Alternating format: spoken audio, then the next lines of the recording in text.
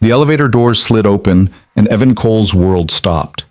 Vivian Cross didn't look up from her desk. She never did, but her voice cut through the silence like ice cracking under pressure. "Sit down, Mr. Cole. We need to discuss your future." Evan's hands trembled as he clutched the eviction notice in his pocket. He'd prepared himself for termination, rehearsed apologies for the accounting errors that weren't his fault. What he wasn't prepared for was her next sentence.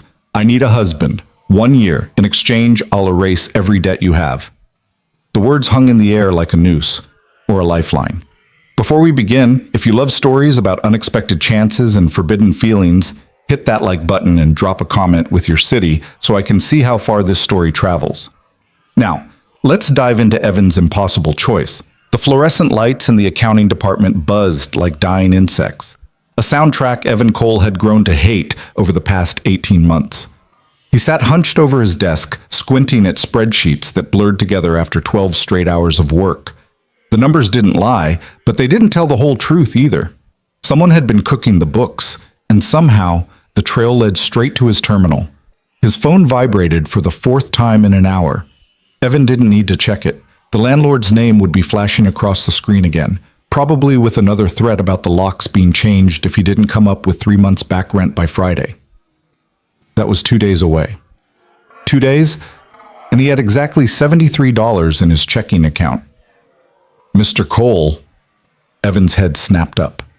Margaret Chen from HR stood beside his cubicle, her expression carefully neutral in that way that meant bad news dressed up as professionalism. "Ms. Cross would like to see you in her office. Immediately." His stomach dropped. Vivian Cross. The Vivian Cross, CEO of Cross Industries, the woman whose name appeared in business journals next to words like ruthless and uncompromising, wanted to see him. A junior accountant who'd been flagged in an internal audit. This was it. This was how it ended. "I'll be right up," Evan managed, his voice steadier than he felt. Margaret's expression softened just slightly. "Good luck." The walk to the executive elevator felt like a death march. Evan caught sight of his reflection in the polished steel doors. 32 years old, but looking 40. His cheap suit wrinkled from too many wears between dry cleanings he couldn't afford. Dark circles under his eyes from nights spent either working or worrying. He looked exactly like what he was, a man barely holding on. The elevator climbed 43 floors in silence. With each ascending number, Evan's mind raced through possibilities, none of them good. Security would probably escort him out. They'd keep his last paycheck to cover the damages from the audit irregularities. He'd have to call Sarah's school, explain why he couldn't pick her up, beg his ex-wife's mother to keep her for a few more days while he figured out. The doors opened directly into the executive suite. Evan had never been to this floor. Few people had. The reception area alone was larger than his entire apartment, all glass and steel and carefully curated art that probably cost more than he'd earn in a lifetime. A woman at the reception desk, her nameplate read Jessica, gestured toward a set of double doors without looking up from her computer. "She's expecting you." Evan's hand shook as he knocked. "Come in." Her voice was exactly as he remembered from the company-wide meetings. Crisp, controlled, utterly devoid of warmth. He pushed open the door and stepped into Vivian Cross's office. The space was breathtaking. Floor-to-ceiling windows overlooked the city, the afternoon sun casting everything in sharp relief. But Evan barely noticed the view.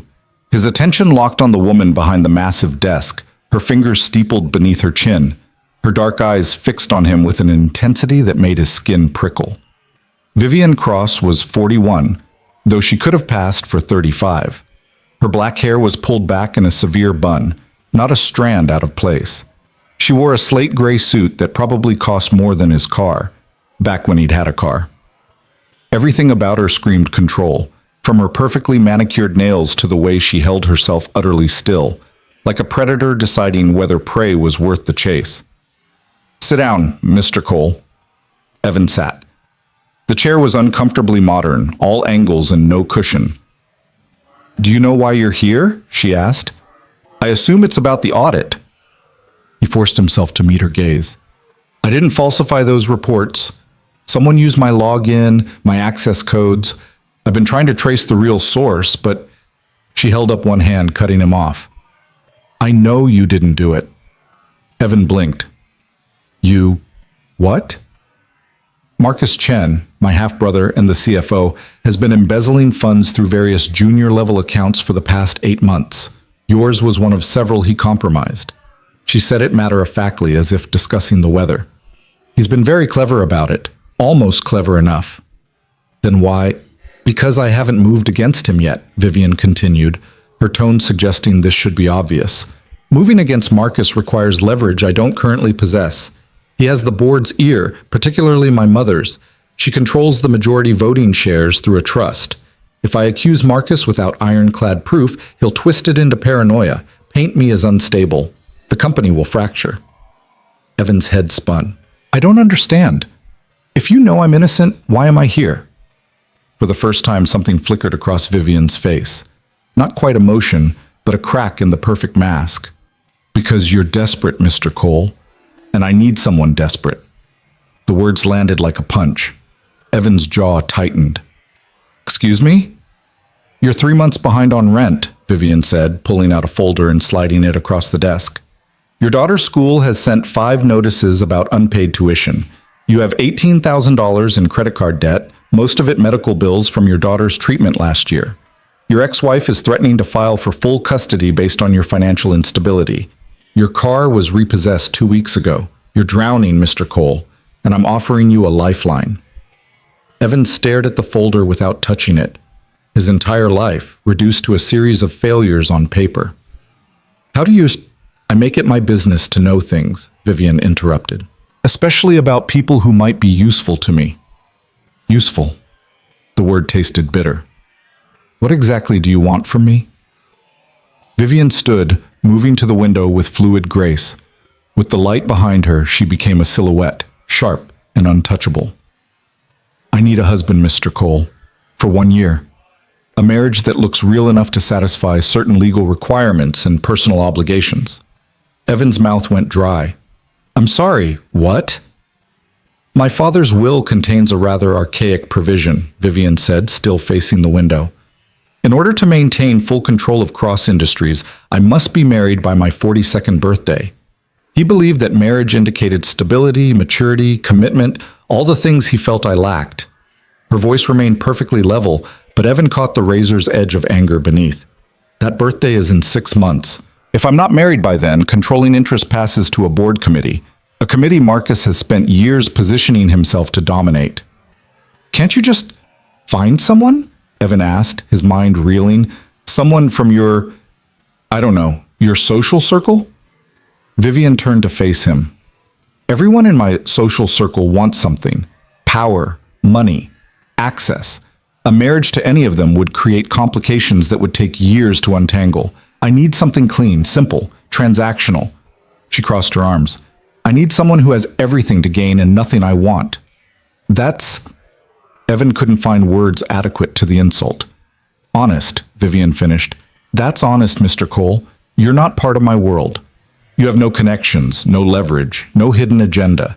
You're simply a man in a desperate situation who needs financial security. I can provide that. In exchange, you provide me with the legal status I require. Evan stood up, his chair scraping loudly against the floor. I may be broke, Ms. Cross, but I'm not for sale. Everyone is for sale, Mr. Cole. The only question is price. She returned to her desk, pulling out another folder. Here's mine. $1 million placed in a trust for your daughter's education and health care. All your debts cleared, every single one. A residence in my penthouse for the year's duration with a private suite for you and your daughter. A new position in the company with a salary of $200,000 annually, full benefits. Evan's legs went weak. $1 million.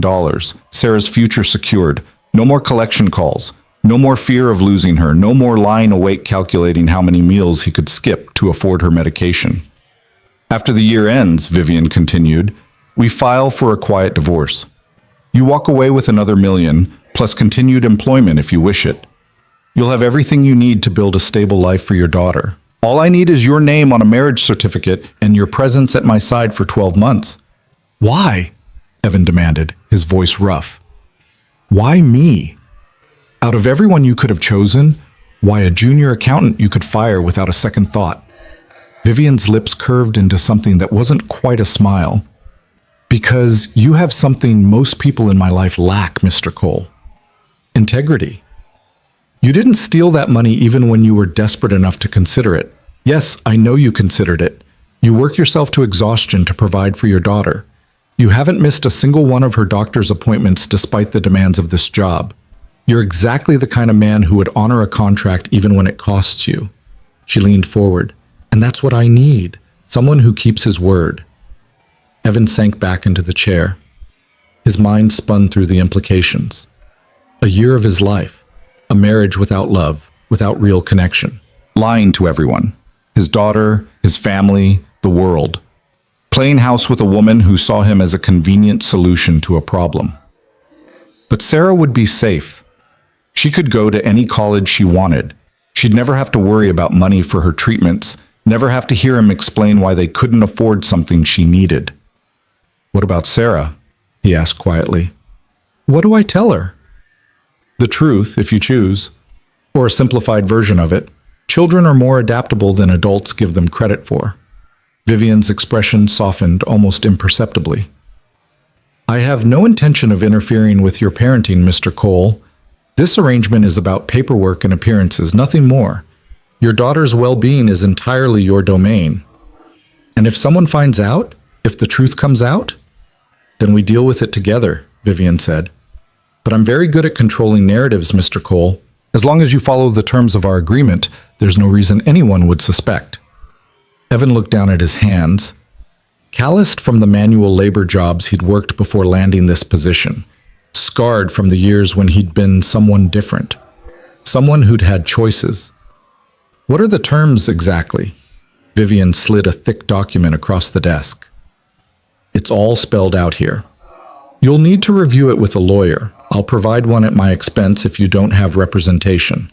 But the essential points are simple. We marry within the month.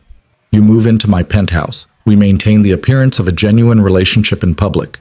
In private, we lead separate lives with mutual respect for boundaries. No infidelity that could become public. No disclosure of the arrangement's true nature.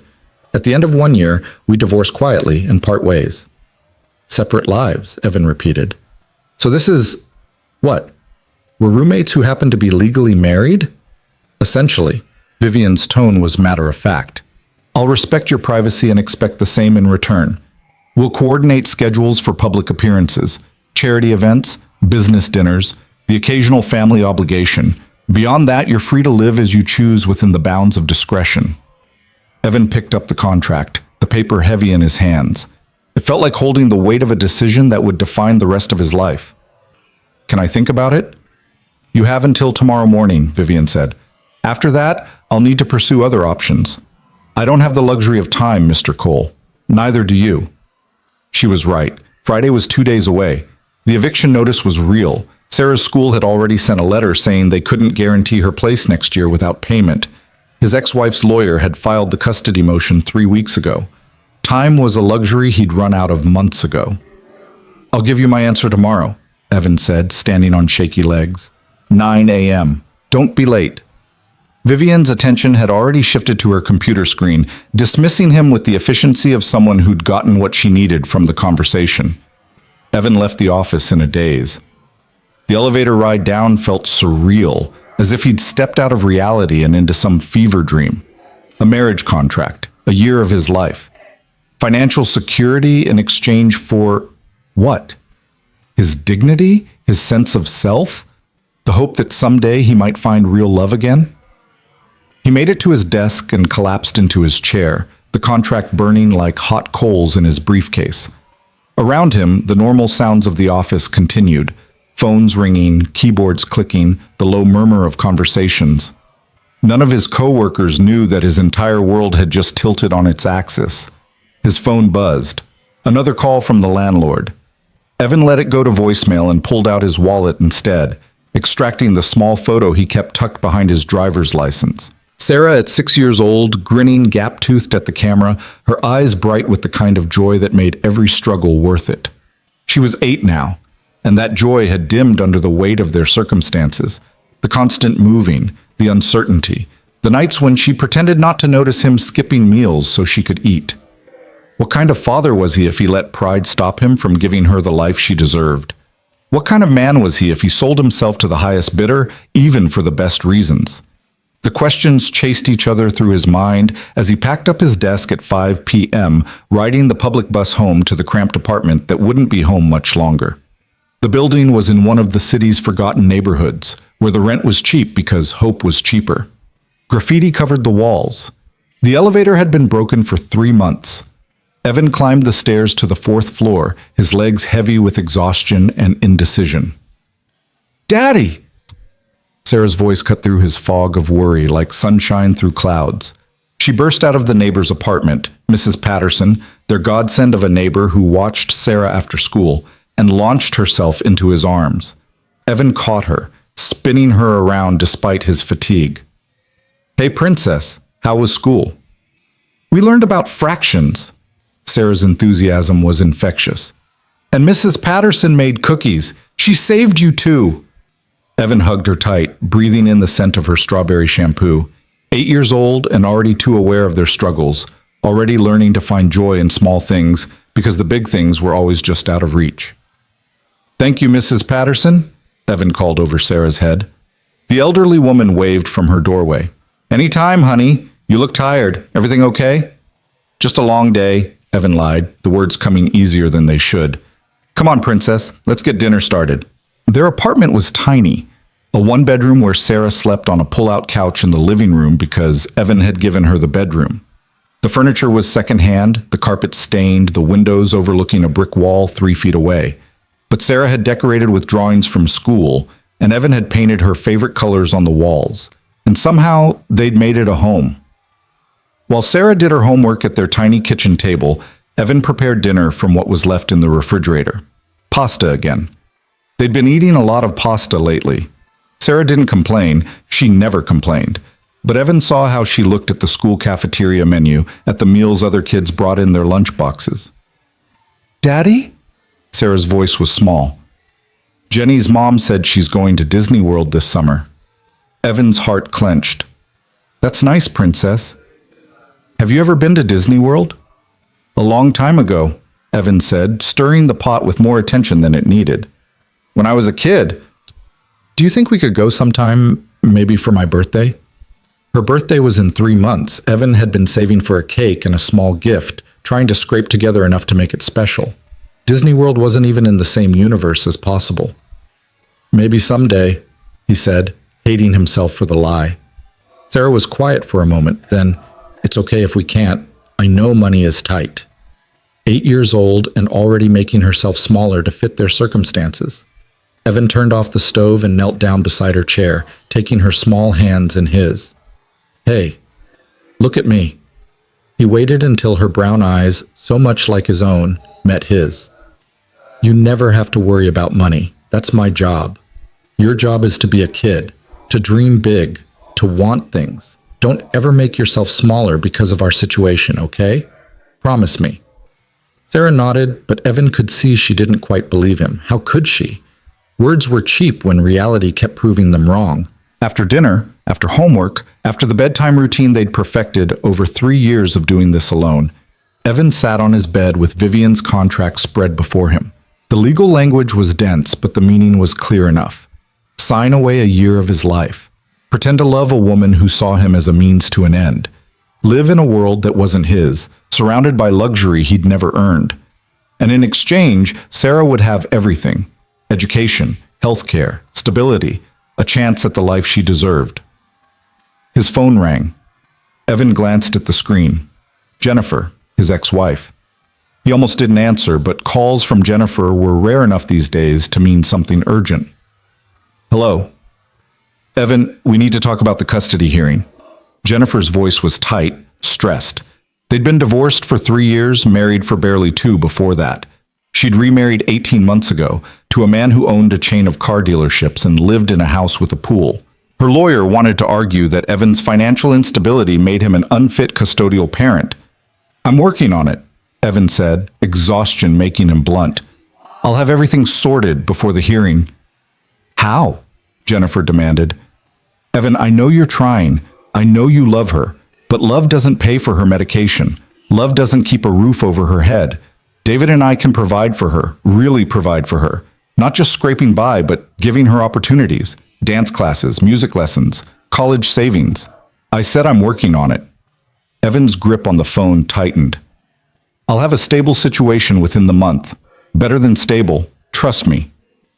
I want to trust you, Jennifer said, and she sounded genuinely sad.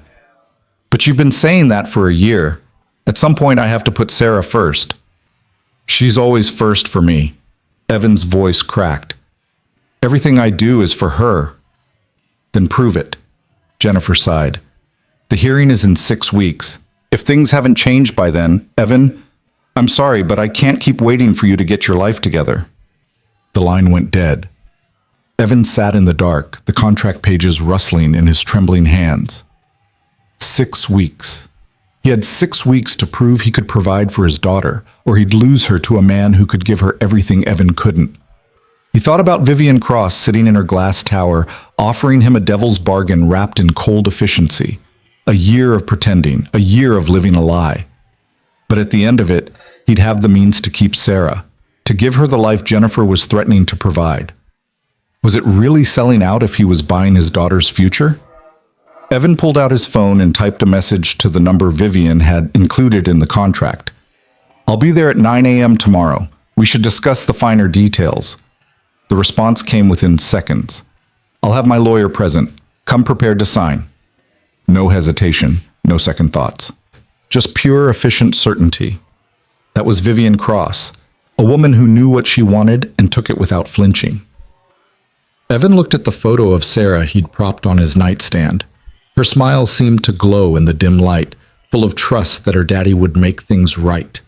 He'd failed at his marriage, he'd failed at his career, but he wouldn't fail at being her father, even if it meant marrying a woman who would never love him, even if it meant pretending to be someone he wasn't, even if it meant sacrificing his own chance at happiness for hers. I'm sorry, he whispered to the photo, though he wasn't sure if he was apologizing for what he was about to do or for all the times he'd failed before. I'm going to fix this. I promise. The contract sat before him like a map to a foreign country. Tomorrow, he'd sign it. Tomorrow, he'd step into Vivian Cross's world. Tomorrow, everything would change. For tonight, he was still just Evan Cole. Broke, desperate, and out of options. Tomorrow, he'd be someone else. Tomorrow, he'd become the husband of the most powerful woman in the city. And he had no idea if that would save him or destroy him. The morning arrived too quickly. Evan woke at 5 a.m., the contract still spread across his bed where he'd fallen asleep reading and rereading every clause. Sarah was already up, her small form silhouetted against the window as she watched the sunrise paint the city in shades of gold and pink. Couldn't sleep? Evan asked softly. Sarah turned, and in the early light she looked older than 8, wise beyond her years in the way children who've lived through hardship always do. I heard you on the phone last night, with Mom. Evan's chest tightened. Princess, you don't need to worry about that. Are we going to have to move again? Her voice was so small, so resigned to disappointment. Evan crossed to her and lifted her onto his lap, wrapping his arms around her. No, baby, we're not going to move again. In fact, he hesitated, then decided she deserved something close to the truth. I got a new opportunity at work. A big opportunity. It's going to change things for us. Good changes? Very good changes, Evan promised. We're going to be okay, Sarah. Better than okay. She leaned against his chest, trusting him completely. That trust was the heaviest thing he carried, heavier than the debt, heavier than the fear. It was the weight of being someone's entire world. At 8 a.m., Evan dropped Sarah at Mrs. Patterson's apartment with instructions to take her to school. He'd showered, shaved, put on his best suit. Still shabby by executive standards, but it was all he had. The contract was tucked in his briefcase, every page read until the words blurred together. The bus ride to Cross Industries felt eternal. Evan watched the city transform around him as they moved from his neighborhood to downtown, graffiti giving way to glass towers, broken streets to polished marble. 2 different worlds, and he was about to leap from one to the other. At 8:55 a.m., he stepped off the elevator into Vivian's suite. Jessica looked up from her desk, her expression professionally neutral, but with a hint of curiosity. She knew. Maybe not the details, but she knew something significant was happening. "Mr. Cole, Ms. Cross is waiting. Her lawyer, Mr. Harrison, is also present." Evan knocked, entered. Vivian sat behind her desk as before, but now an older man in an expensive suit occupied one of the visitor chairs. He stood when Evan entered, extending a hand. "Thomas Harrison, I represent Ms. Cross. I understand you'll need representation as well. Ms. Cross has arranged for Michael Brennan from Hartley and Associates to review the contract from your perspective. He's waiting in the conference room next door. I suggest we take an hour for you to review the terms with him before we proceed." It was surreal, this level of efficiency, of resources deployed without hesitation. In Evan's world, lawyers were existential threats who sent letters demanding money he didn't have. In Vivian's world, they were tools to be utilized, problems to be solved with a phone call and a retainer. "Thank you," Evan managed. Michael Brennan turned out to be a sharp-eyed man in his 50s who spent 90 minutes dissecting every clause of the contract with Evan. His conclusion was delivered with professional detachment. "It's ironclad but fair. She's offering more than market value for what she's asking. The trust for your daughter is protected with triple redundancy. Even if Ms. Cross's company collapsed tomorrow, that money is untouchable. The post-divorce settlement is equally secure. From a legal standpoint, Mr. Cole, this is an extraordinarily generous offer. The question isn't whether the contract protects you. It does. The question is whether you can live with the arrangement it describes." That was the question, wasn't it? Could he live with it? At 10:30 a.m., Evan sat across from Vivian with both lawyers present. The papers were laid out in neat rows. Thomas Harrison explained the signing order, the witnesses required, the filing procedures. His voice droned on with legal precision while Evan's mind screamed 1,000 variations of "What are you doing?" "Mr. Cole?" Vivian's voice cut through his spiral. "Do you have any final questions before we proceed?" Evan looked at her, really looked at her. In the harsh light of morning, she seemed more human somehow. Tired, maybe, though she hid it well. A slight tension around her eyes, fingers that gripped her pen too tightly. She was nervous. Not much, but enough to be visible if you knew how to look for cracks in perfect facades. "Why are you really doing this?" Evan asked quietly. "The truth. Not the official reason about your father's will. Why does maintaining control of Cross Industries matter so much that you'd marry a stranger?" Something flickered across Vivian's face. Surprise, maybe, that he'd asked. She glanced at the lawyers. "Gentlemen, give us a moment." Thomas looked like he wanted to argue, but Vivian's expression brooked no disagreement. Both men filed out, closing the door behind them with a soft click. Vivian stood, moving to the window. This seemed to be her habit when conversations turned difficult, putting glass between herself and whoever demanded something real. "My father built this company from nothing," she said finally. 40 years of his life poured into every decision, every risk. He was brilliant, also cruel, controlling, and impossible to please. When I was growing up, I thought if I could just be perfect enough, smart enough, strategic enough, ruthless enough, he'd finally see me as more than a disappointment for not being born male. She laughed, but there was no humor in it. Instead, he left the company to me with strings attached. Prove you can commit to something, Vivian. Prove you're not too cold to build something lasting. Prove you're not broken. Evan heard the pain beneath the words, carefully controlled but still present. That's not proof of anything except his own prejudice.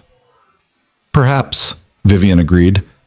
But Marcus is everything my father valued in a successor. Charming, conventional, willing to make comfortable choices. If I lose control, Marcus will dismantle everything that makes Cross Industries innovative. He'll chase short-term profits, gut the research divisions, turn us into just another faceless corporation. Hundreds of people will lose their jobs. Projects that could change entire industries will die.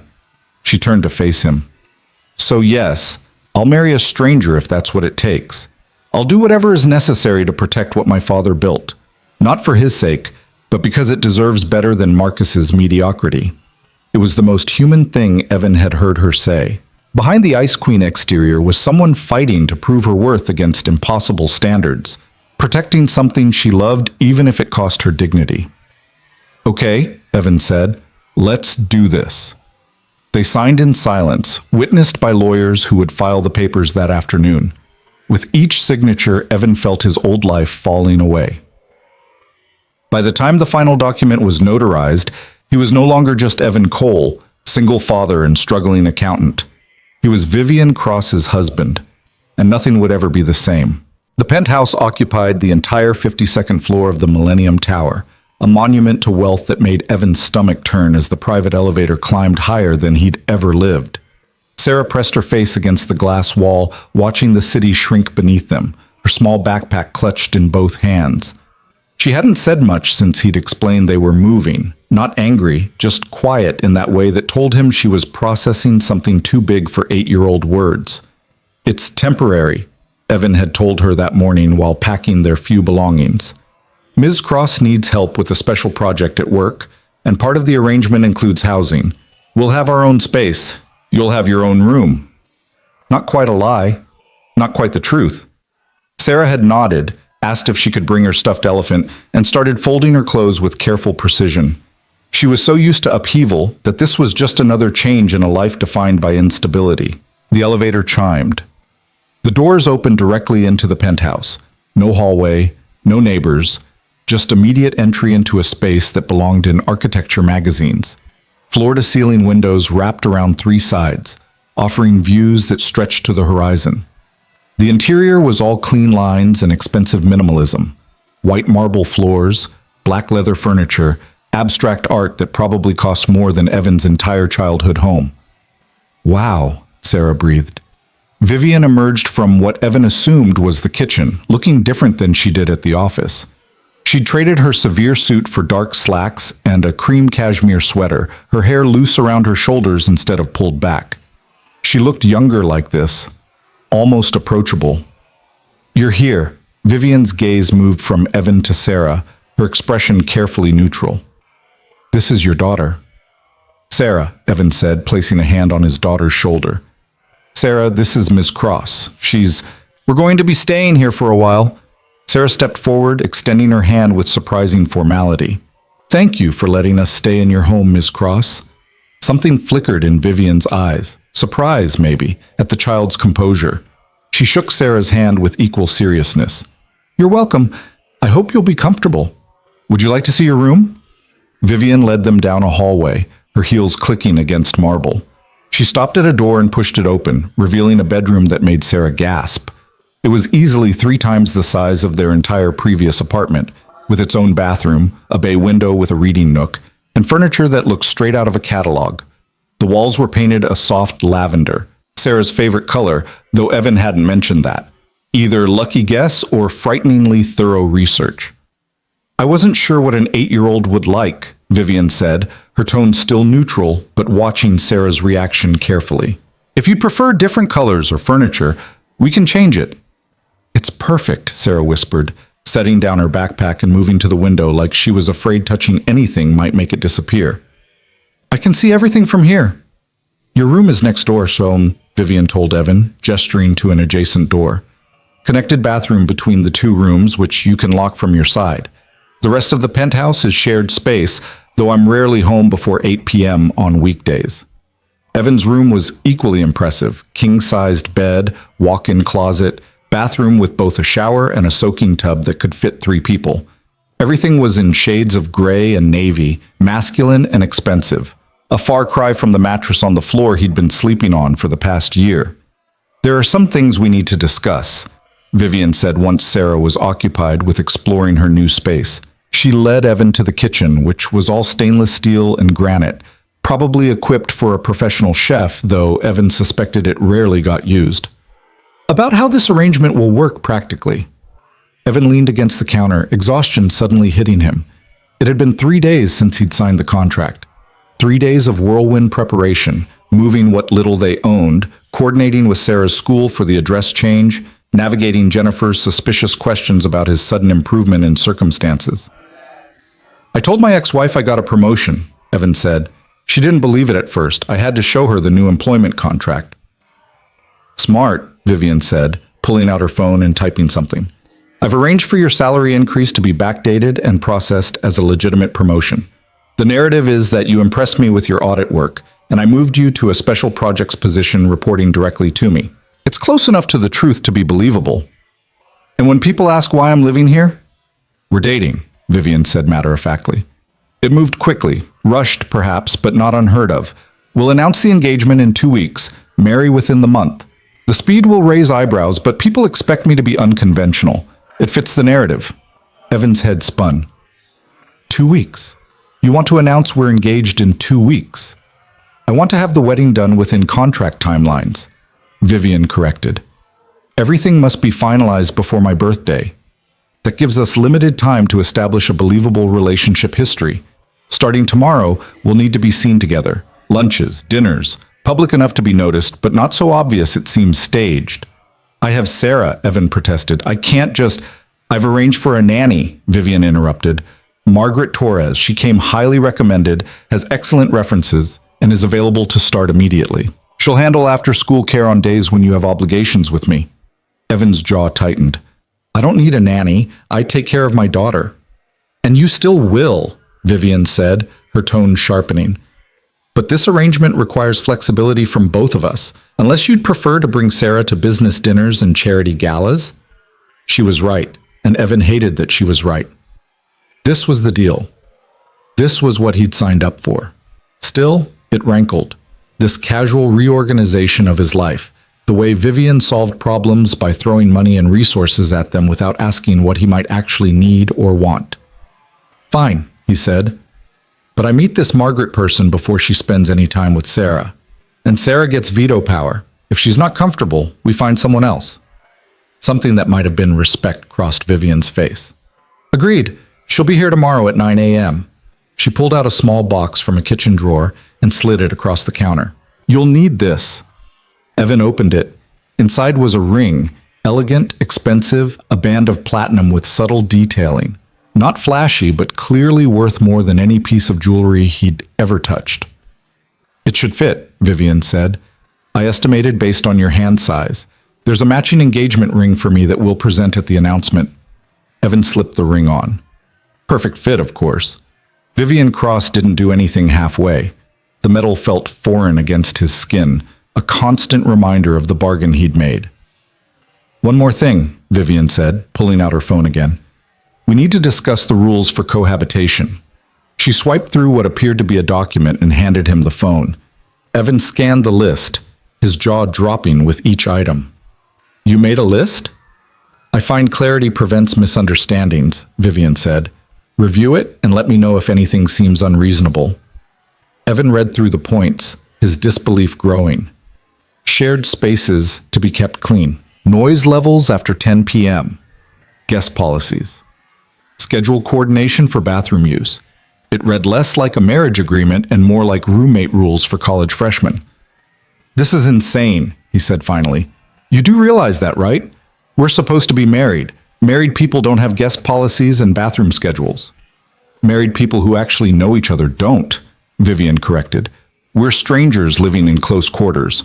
Without boundaries, this arrangement will become intolerable for both of us. Evan set down the phone, rubbing his temples. What happened to you that made you think this is how relationships work? Vivian's expression went cold. I don't recall opening that topic for discussion, Mr. Cole. It's Evan, he said. If we're going to do this, live together, pretend to be in love, convince the world we're married, you need to at least use my first name. Fine, Evan. She said it like she was testing the word. And you can continue calling me Ms. Cross in public, Vivian in private, once we've announced the engagement. That's another thing, Evan said, his frustration building. How exactly are we supposed to convince anyone we're in love when you talk to me like I'm an employee you're barely tolerating? I talk to everyone like that, Vivian said. It's never been a problem before. That's because everyone else doesn't have to pretend to want to marry you.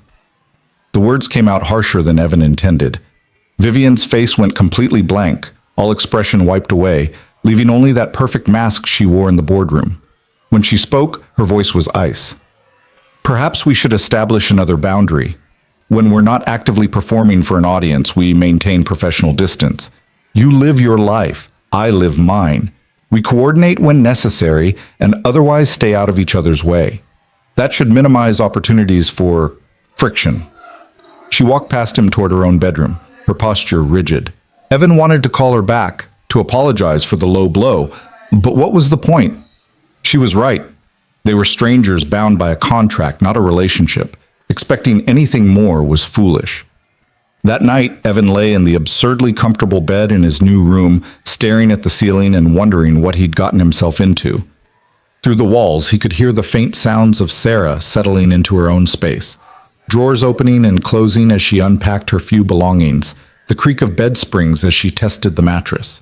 She'd been quiet at dinner, picking at the Thai food Vivian had ordered.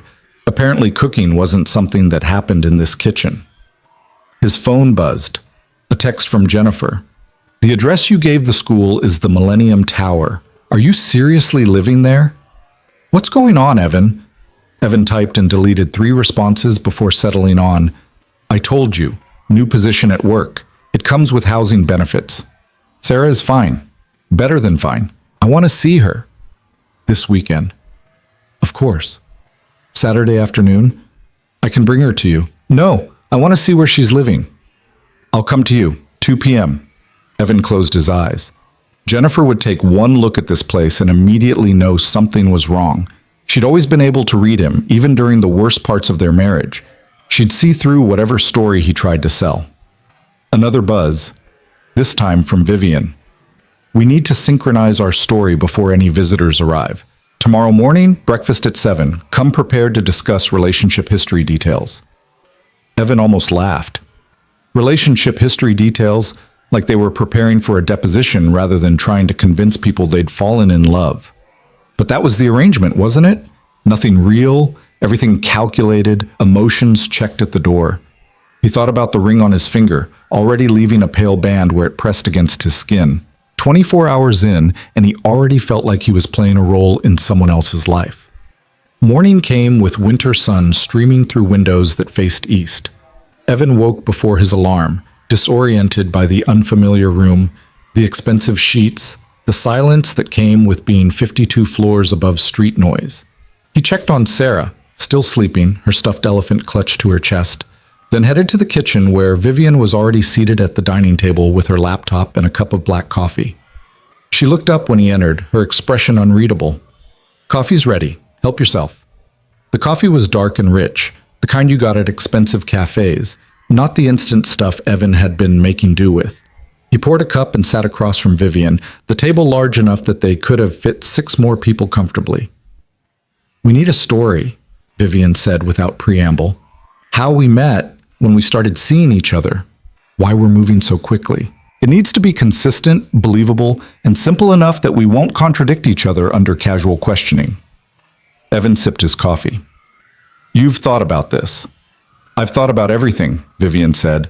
"The narrative I'm proposing is this. We've been working together for 8 months since you joined the company.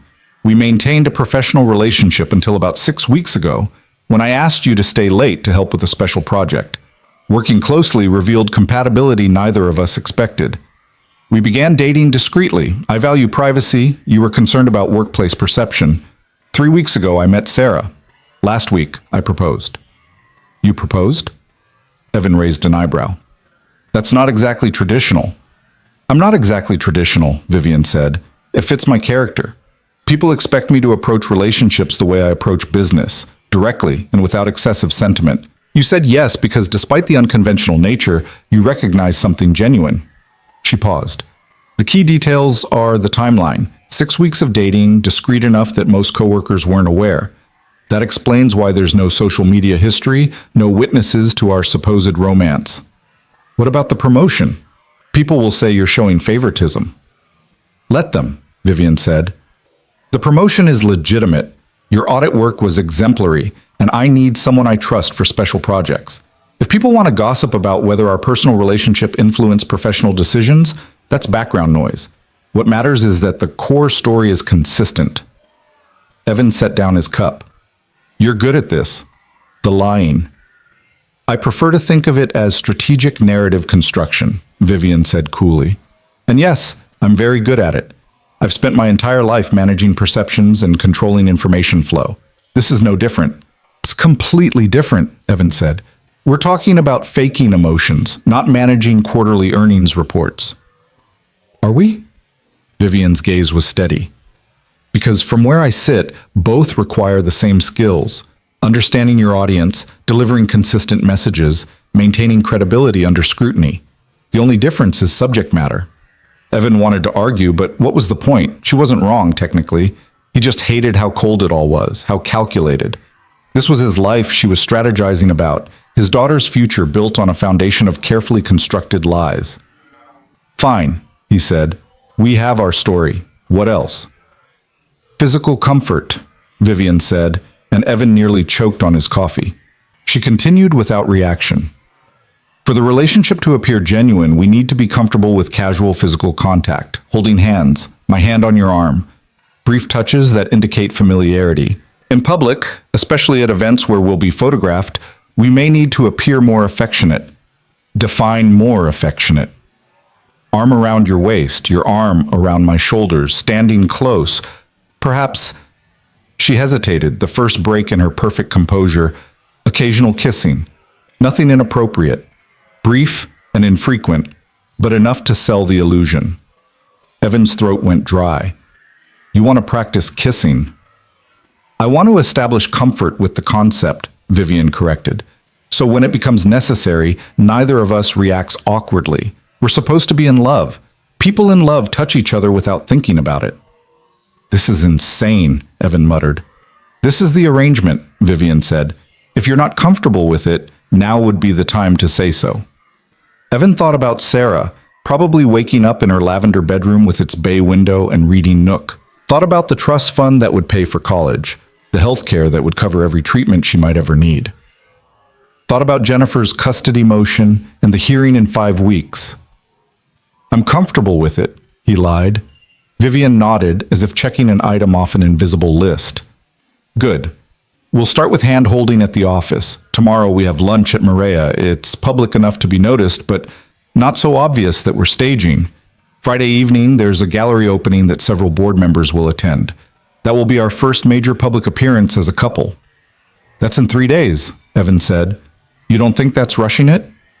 We're announcing the engagement in 2 weeks, Vivian reminded him. A few public sightings before then makes the timeline more believable. People need to see us together enough to think they missed something obvious. A door opened down the hall. Sarah emerged, rubbing her eyes, wearing the oversized t-shirt she slept in. She froze when she saw Vivian at the table, suddenly shy. Good morning, Vivian said, her tone softening slightly. I hope you slept well. Sarah nodded, moving to Evan's side. He pulled her close, dropping a kiss on top of her head. Morning, princess. What do you want for breakfast? I don't know what there is, Sarah said quietly. Vivian stood, moving to the kitchen. I have a confession. I don't actually cook, but I had my assistant stock the refrigerator and pantry yesterday with things she thought a child might enjoy. Shall we investigate? She opened the massive refrigerator, revealing shelves packed with fresh fruit, yogurt, juice boxes, sandwich materials, more food than Evan usually bought in a month. The pantry was equally stocked with cereal, bread, pasta, snacks. Sarah's eyes went wide. You can have whatever you'd like, Vivian said. Though if you want something hot, your father will have to prepare it. My cooking skills are limited to ordering takeout. The admission surprised Evan. It was self-deprecating, almost human. Sarah giggled, the sound breaking some of the morning's tension. Daddy makes really good pancakes, she said. Then pancakes it is, Evan said, grateful for something normal to do. He rummaged through the unfamiliar kitchen, finding a pan, a mixing bowl, ingredients. Vivian returned to her laptop while Sarah sat at the counter, swinging her legs and talking about what she wanted to do with her new room. The scene was bizarrely domestic, like playing house, except the house cost several $1 million, and the marriage was a business transaction. By the time Margaret Torres arrived at 9 a.m., Evan had almost convinced himself this could work. Margaret was in her 50s, warm and competent, with decades of childcare experience and references that could probably get her security clearance at the Pentagon. She spent an hour talking with Evan and Sarah, asking questions about routines and preferences, never once making Sarah feel like she was being interviewed. What do you think? Evan asked Sarah after Margaret had left. Sarah considered carefully. I like her. She's nice, And she said she likes to bake cookies. Cookies are important, Evan agreed, relieved. One less thing to worry about. The week blurred into a crash course in being Vivian Cross's boyfriend. Lunch on Tuesday at the restaurant where Vivian casually mentioned she was seeing someone, letting the information ripple through their waiter to the rest of the staff, who would spread it to the social circles that overlapped with business circles. Dinner on Wednesday at a steakhouse where they ran into one of Vivian's board members, forcing Evan to play the role of smitten new boyfriend under direct scrutiny. "You're doing well," Vivian said in the car ride home that night. Gerald was impressed. "He said you seemed genuine." "Maybe because some of it is genuine," Evan said before he could stop himself. Vivian turned to look at him, her expression unreadable in the dim light. "What do you mean?" Evan shrugged, uncomfortable. "I don't know. You're not what I expected. When we're not actively arguing about bathroom schedules, you're almost pleasant to be around." "Almost pleasant," Vivian repeated, and he could swear there was amusement in her voice. "High praise indeed." "I'm serious. You're funny sometimes, in a dry, sarcastic way. And you were good with Sarah this morning when she spilled juice all over the counter. I thought you'd be angry, but you just helped her clean it up." "I'm not a monster," Vivian said quietly, despite what my reputation might suggest. "I'm starting to realize that," Evan said. They rode the rest of the way in silence, but it felt different somehow, less hostile, more like two people who were slowly figuring out how to exist in the same space. Friday evening brought the gallery opening and Evan's first real test. Vivian had sent a stylist to the penthouse that afternoon. Apparently his suits weren't suitable for the circles they'd be moving in. The stylist, a sharp-eyed woman named Claudia, had measured and fitted him with brutal efficiency, leaving behind 3 new suits, dress shirts, ties, and shoes that cost more than his previous monthly rent. "You look handsome," Sarah said when Evan emerged from his room in the charcoal suit Claudia had declared most appropriate for the evening. "I look like I'm playing dress-up," Evan muttered, tugging at the collar. "You look distinguished," Vivian said, appearing from her own room in a black dress that was somehow both elegant and devastating. Her hair was up, diamonds at her throat and ears. Real ones, Evan assumed, given everything else. She looked like she'd stepped out of a magazine spread, untouchable and perfect. "Ready?" she asked. "As I'll ever be," Evan said. The gallery was in Chelsea, a converted warehouse now housing contemporary art that Evan didn't understand, but Vivian navigated like a native speaker. She moved through the space with practiced ease, her hand resting lightly on Evan's arm, introducing him to people whose names he immediately forgot. He smiled, made appropriate comments, and tried not to feel like an imposter in borrowed clothes. "Vivian," a woman approached, tall and elegant with silver hair. "Darling, it's been too long." "Catherine," Vivian said, and Evan caught the slight tension in her posture. "I didn't know you'd be here." "I wouldn't miss Robert's showing." Catherine's gaze slid to Evan with predatory interest. "And who is this? You never bring dates to these things." "This is Evan Cole," Vivian said, her hand tightening fractionally on his arm. "Evan, this is Catherine Merrick, one of our board members." "Ah," Catherine's smile sharpened. "The mysterious new special projects director. I've heard interesting things about you, Mr. Cole." "All good, I hope," Evan said, channeling every ounce of confidence he didn't feel. "That remains to be seen," Catherine said. "How long have you and Vivian been involved?" "Not long enough," Evan said, deciding to lean into it. "Though I'm trying to convince her to make it permanent." Catherine's eyebrows rose. Vivian went very still beside him. He'd gone off script. They hadn't discussed proposals or permanence, but something about Catherine's condescending tone had sparked his temper. "Bold," Catherine said. "Vivian doesn't typically do permanent." "Maybe she was waiting for the right person," Evan said, pulling Vivian closer. She fit against his side naturally, and when she looked up at him, her expression was grateful, or maybe surprised, possibly both. "We'll see," Catherine said, her tone skeptical. "Enjoy the exhibit." She drifted away, leaving Vivian and Evan standing close together in the middle of the crowded gallery. "That was risky," Vivian said quietly. "She was being condescending," Evan said, "and she clearly doesn't believe we're real, Figured I'd give her something to chew on. By announcing your intention to propose before we've even officially announced we're dating? Is it really announcing if we both know it's already happening? Evan countered. Vivian's lips curved into something that was almost a genuine smile. Fair point. Though next time warn me before you improvise. Where's the fun in that? They moved through the rest of the evening as a team, Evan slowly relaxing into the role. Vivian was good at this, the social chess, reading people, knowing exactly what to say. But occasionally, when she thought no one was watching, her mask would slip. Evan caught glimpses of exhaustion, of someone playing a part because it was expected, not because she enjoyed it. During a quiet moment when they were pretending to examine a particularly abstract piece, Evan was pretty sure it was just splatters of paint. But what did he know? Vivian leaned close.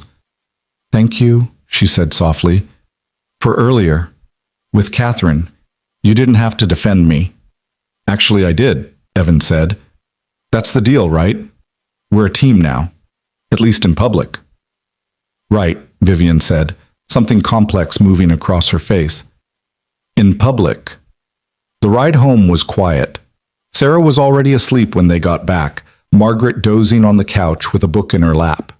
She left after giving them a brief update on the evening, and suddenly Evan and Vivian were alone in the too large living room, the city lights stretching out beyond the windows.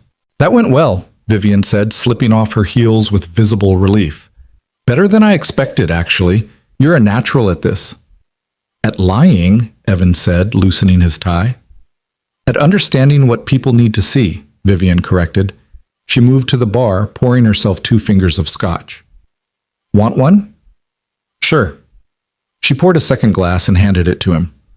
They stood at the window, looking out at the city that sparkled like scattered diamonds. "Do you ever wonder what it would be like?" Evan asked. "If this was real?" Vivian took a long sip of her drink. "No," she said finally. "Real relationships require things I don't have. Vulnerability, trust, the ability to put someone else's needs before the company's bottom line. I'm not built for that." "I don't believe that," Evan said. "I've seen you with Sarah. You're gentle with her, patient. Those aren't qualities you fake." "Children are different," Vivian said. "They don't want anything from you except attention and kindness. Adults always want something more." "And what do I want from you?" Evan challenged. "Security for your daughter, financial stability, a solution to your custody problem." She said it matter-of-factly, without judgment. "All perfectly reasonable things. I'm providing them. In exchange, you're providing me with the appearance of stability that satisfies my father's archaic requirements. It's honest, in its way. We both know exactly what we're getting." Evan wanted to argue, but she wasn't wrong. That was the arrangement. That was the deal. Expecting more, wanting more, was foolish. Still, as he headed to bed that night, he couldn't shake the feeling that the lines were already blurring. That somewhere between the contract signing and tonight's performance, something had shifted. They were still strangers, technically, still bound by rules and boundaries and careful distance. But they were strangers who were learning each other's rhythms, who could read each other's signals in a crowded room, who fit together naturally when circumstances demanded it. And that, Evan realized as he lay in the dark, listening to the unfamiliar sounds of the penthouse settling, was more dangerous than any clause in their contract.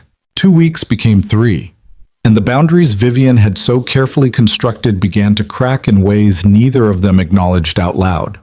It started small, Vivian working from the dining table instead of isolating in her office, asking Evan's opinion on presentations she was preparing. Evan making enough coffee for 2 every morning, learning how she took it without asking. Sarah drawing pictures that somehow always included 3 people now, stick figures holding hands in front of a tall building. The engagement announcement went live on a Thursday morning, carefully orchestrated through a press release and simultaneous social media posts. Evan's phone exploded with messages from people he hadn't spoken to in years, all of them shocked that quiet, struggling Evan Cole was marrying Vivian Cross. Jennifer called 6 times before he finally answered. "You're engaged?" Her voice was sharp with disbelief. "Evan, you've known her for what, 2 months?" 6 weeks of actually dating, Evan said, sticking to the script.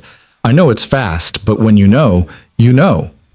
"That's a greeting card answer," Jennifer snapped. "This isn't you. You don't do impulsive. You don't date CEOs. What's really going on? I'm happy, Evan said, and was surprised to find that parts of it felt true. Sarah's happy. We're stable. Isn't that what you wanted? The silence on the other end stretched long enough that Evan thought she'd hung up. Then, I'm still coming Saturday. I need to see this for myself. Saturday arrived with the weight of judgment hanging over it. Evan cleaned the already spotless penthouse, rearranged furniture that didn't need rearranging, changed his shirt 3 times. Vivian watched his nervous energy with something that might have been amusement. Your ex-wife, not a visiting dignitary, Vivian said, sitting on the couch with her laptop. She'd insisted on being present for Jennifer's visit. It would look strange if I wasn't, she'd argued, and had dressed down in jeans and a simple sweater that somehow made her look more intimidating than her business suits. She knows me too well, Evan said. She'll see right through this. Then don't let her, Vivian said simply. We've been doing this for 3 weeks. We know how to sell it. The doorbell rang at exactly 2 p.m. Jennifer was punctual, always had been. Evan opened the door to find her standing with her new husband, David, both of them dressed like they were attending a business meeting rather than visiting their daughter. Jennifer, David, Evan stepped aside. Come in. Jennifer's eyes went wide as she took in the penthouse, the view, the sheer scale of wealth on display. David whistled low under his breath. Sarah came running from her room, launching herself at Jennifer with the enthusiasm of a child who'd missed her mother. Mom, look at my room. It has a window seat and everything. I can't wait to see it, baby, Jennifer said. But her eyes were on Vivian, who had stood and was moving toward them with practiced grace. You must be Jennifer, Vivian said, extending her hand. I've heard wonderful things. I'm Vivian. Yes, I know who you are, Jennifer said, shaking Vivian's hand with visible reluctance. Everyone knows who you are. The tension was immediate and thick. David cleared his throat awkwardly, trying to ease it. This is quite a place, he said. Must be something, living this high up. The view is remarkable, Vivian agreed, though I confess I'm rarely here long enough to enjoy it. Can I offer you coffee? Wine? Coffee's fine, Jennifer said, her gaze moving between Vivian and Evan like she was trying to solve an equation that didn't add up. They settled in the living room, Sarah excitedly telling Jennifer about her new school friends, her room, the building's amenities. There was a pool, a gym, a library. Jennifer listened with growing discomfort, occasionally glancing at Evan like she couldn't reconcile this reality with the man she'd divorced. Sarah, honey, why don't you show me your room? Jennifer finally said, standing. I want to see everything. It was a transparent excuse to talk to Evan privately. He followed them down the hall, feeling David and Vivian's eyes on his back. Sarah's room was exactly as she'd left it that morning. Organized chaos, drawings scattered across her desk, books stacked on the window seat. This is beautiful, baby, Jennifer said, but her attention was on Evan. Can you give us a minute, Sarah? I need to talk to Daddy. Sarah nodded and skipped back toward the living room. Jennifer closed the door the moment she was gone. What the hell is going on? She demanded, her voice low and furious. 6 weeks ago, you were about to be evicted. Now you're living in a penthouse and engaged to a billionaire? This doesn't happen, Evan. People don't go from broke to this overnight. I got a promotion, Evan said. I told you. A promotion doesn't explain this. Jennifer cut him off, gesturing at the expensive surroundings. A promotion doesn't explain why Vivian Cross, a woman known for being married to her work, suddenly decides to marry someone she barely knows. What did you do? What kind of deal did you make? Evan's jaw tightened. I fell in love. Is that so impossible to believe? With her? Yes, actually. Jennifer crossed her arms. She's not your type. She's cold, calculating, all business. You like warmth. You like people who laugh easily and don't take themselves too seriously. She's nothing like what you wanted. Maybe what I wanted changed, Evan said, feeling defensive and hating it. Maybe I grew up and realized that stability matters more than chemistry. You're lying to me, Jennifer said flatly. I know you, Evan. I know when you're hiding something. This whole thing feels wrong. Does it feel wrong that Sarah has her own room, that she's eating 3 meals a day, that I can afford her medication without choosing between that and rent? Evan's voice rose despite his efforts to control it. Does it feel wrong that for the first time in 3 years, I'm not drowning? Jennifer flinched. I know it's been hard. You don't know, Evan said. You remarried a guy with money. You got stability. You got security. Why is it so impossible to believe that I found the same thing? Because you're not in love with her, Jennifer said quietly. Whatever this is, arrangement, deal, transaction, it's not love. I can see it in the way you look at her. There's respect, maybe even affection, but not love. The accuracy of her observation felt like a knife between his ribs. Evan forced himself to meet her eyes. I care about her, he said, which was true in ways he hadn't expected. I care about Sarah. I care about building something stable. If that doesn't fit your definition of love, that's your problem, not mine. Jennifer studied him for a long moment, her expression softening slightly. I hope you know what you're doing, because when this falls apart, and it will fall apart, Evan, Sarah's the one who'll pay the price. She left the room, leaving Evan standing alone with his daughter's drawings on the walls and his ex-wife's words echoing in his head. When he returned to the living room, the conversation had clearly been equally tense. Vivian's posture was rigid, David looked uncomfortable, and Jennifer was gathering her purse. We should go, Jennifer said. Sarah, give me a hug, baby. Sarah hugged her mother tightly, then David. At the door, Jennifer paused and looked back at Vivian. Take care of them, she said, and it wasn't quite a request. Whatever else this is, they deserve that. I intend to, Vivian said, her voice steady. The door closed, and the silence that followed was deafening. Sarah had already disappeared back to her room, leaving Evan and Vivian alone. That went well, Evan said sarcastically, collapsing onto the couch. She doesn't believe us, Vivian said, still standing by the door. She's going to be a problem. She won't say anything, Evan said, not without proof. And she doesn't have proof. She has instincts, Vivian countered. And she's right. We're not in love. Anyone who knows you well enough would see it. Then what do we do? Evan asked, exhaustion making him blunt. Because in 3 weeks we're getting married, and I guarantee Jennifer won't be the only skeptic in the room. Vivian was quiet for a long moment, her fingers tapping against her thigh in a rare display of nerves. We need to be more convincing, more tactile. Public displays that read as genuine rather than performed. You mean kissing, Evan said.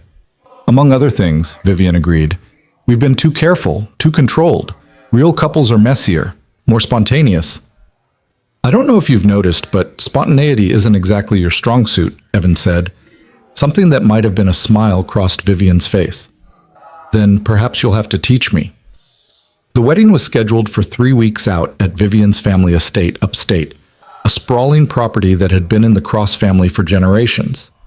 Evan had seen photos, had nodded along as Vivian explained the logistics, but he hadn't actually thought about what it meant until they drove up the following weekend for what Vivian called preliminary preparations. The estate was overwhelming.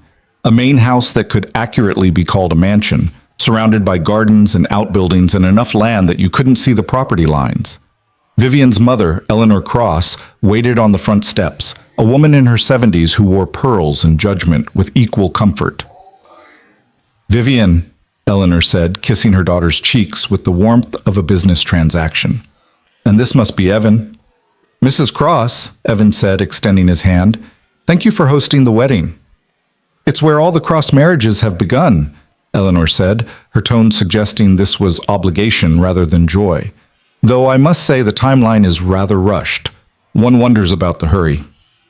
When you know, you don't see the point in waiting, Vivian said smoothly, taking Evan's hand. Her fingers were cold despite the warm afternoon. Besides, you always said I needed to settle down before 42. I'm simply being efficient. Eleanor's lips thinned. Efficiency isn't romance, darling. But then you've never been particularly romantic, have you? The barb landed. Evan could see it in the way Vivian's shoulders tensed. Without thinking, he pulled her closer, pressing a kiss to her temple. I think she's plenty romantic, he said. She just needed the right person to bring it out. Eleanor's eyebrows rose. Vivian looked up at him, surprise clear in her expression. The moment stretched, awkward and strange, until Eleanor cleared her throat. Well, let's discuss the arrangements, shall we? Marcus should be here shortly to join us. Marcus. Vivian had warned him about her half-brother, ambitious, manipulative, determined to take control of Cross Industries. Evan had imagined someone overtly villainous, but when Marcus arrived 20 minutes later, he was disappointingly normal. Handsome in a conventional way, well-dressed, charming as he introduced himself. "So you're the mysterious Evan," Marcus said, shaking his hand with a grip just slightly too firm. "Quite a coup, landing Vivian. Most men find her too intimidating." "Most men are intimidated by competent women," Evan said. "I find it attractive." Marcus's smile didn't reach his eyes. "How progressive. Tell me, what is it you do? Vivian mentioned you work at Cross Industries." "Special projects," Evan said, using the vague title Vivian had given him. "I report directly to Vivian." "How convenient," Marcus said, "working together and living together. You must spend every waking moment in each other's company." "Not quite," Vivian interjected. "Evan has a daughter who requires attention, and I have a company to run. We balance." "A daughter," Eleanor said, as if just remembering. "Yes, from your previous marriage. She'll be living with you?" "She already is," Evan said, feeling defensive. "Sarah's 8. She's wonderful." "I'm sure," Eleanor said, in a tone that suggested she wasn't sure at all. "It's quite modern, blending families so quickly. In my day, one waited." The conversation continued in this vein, polite on the surface, hostile underneath. Marcus asked questions designed to probe for weaknesses in their story. Eleanor made comments that questioned everything from their timeline to their compatibility. Through it all, Vivian remained perfectly controlled, her mask firmly in place. But Evan was watching for the cracks now, and he saw them. The way her jaw tightened when Marcus mentioned her management style, the barely perceptible flinch when Eleanor criticized the wedding date, the careful distance she maintained from both of them, as if proximity might burn. By the time they retreated to the guest house where they'd be staying, separate from the main house, which felt like a small mercy, Vivian looked exhausted in a way Evan had never seen. She kicked off her heels and collapsed onto the couch, closing her eyes. "Your family is intense," Evan said carefully. "My family is toxic," Vivian corrected without opening her eyes. "Marcus wants me to fail so he can take over. My mother wants me to fail because she never believed women should run companies, certainly not her difficult, cold daughter. And my father—" She stopped, opening her eyes to stare at the ceiling. "My father created this situation because even from the grave, he couldn't resist controlling me." Evan sat down beside her, maintaining a respectful distance. "For what it's worth, I think you're doing an incredible job. With the company, I mean. The audit reports show growth in every division. Employee satisfaction is up. You're nothing like Marcus painted you." "Marcus paints everyone as incompetent except himself," Vivian said. "It's his signature move. Undermine, destabilize, then position himself as the solution." She turned her head to look at Evan. "He's going to try to expose us. You realize that? He's probably already digging, looking for proof that this marriage is fake."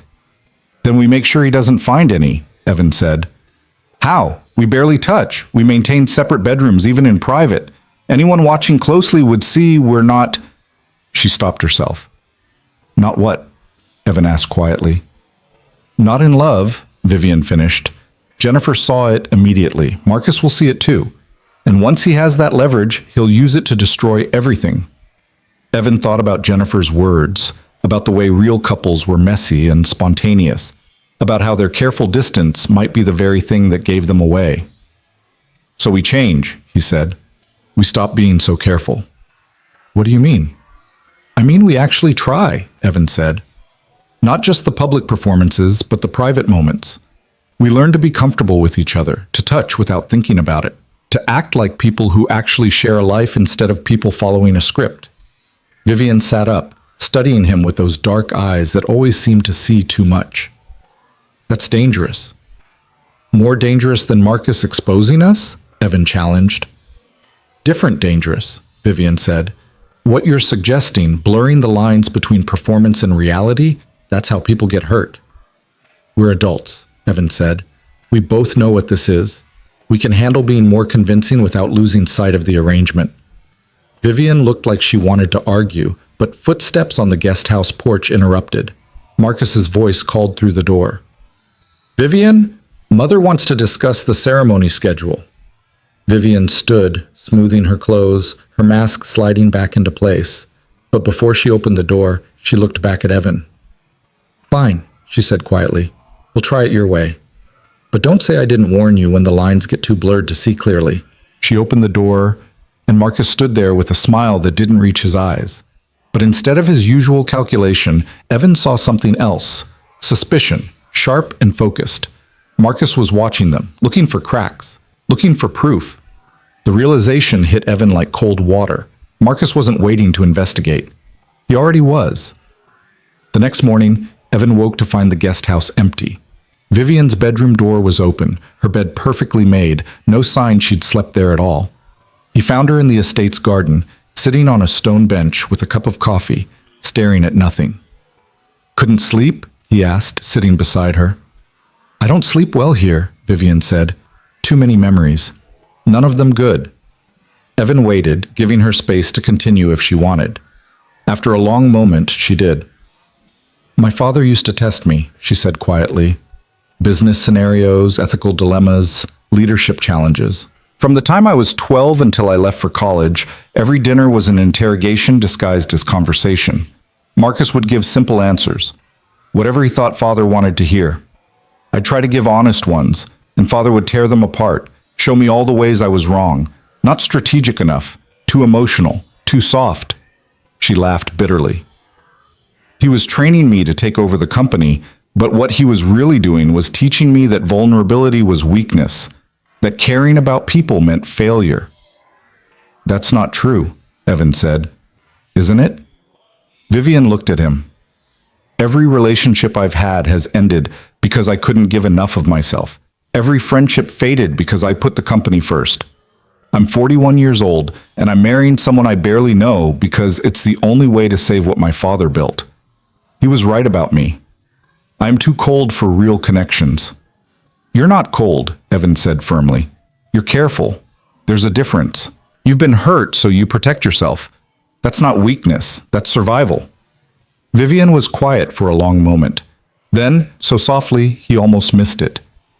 Why are you being kind to me? Because you deserve kindness, Evan said, and because... He stopped, surprised by what he was about to say. Because I don't think you're the person everyone thinks you are.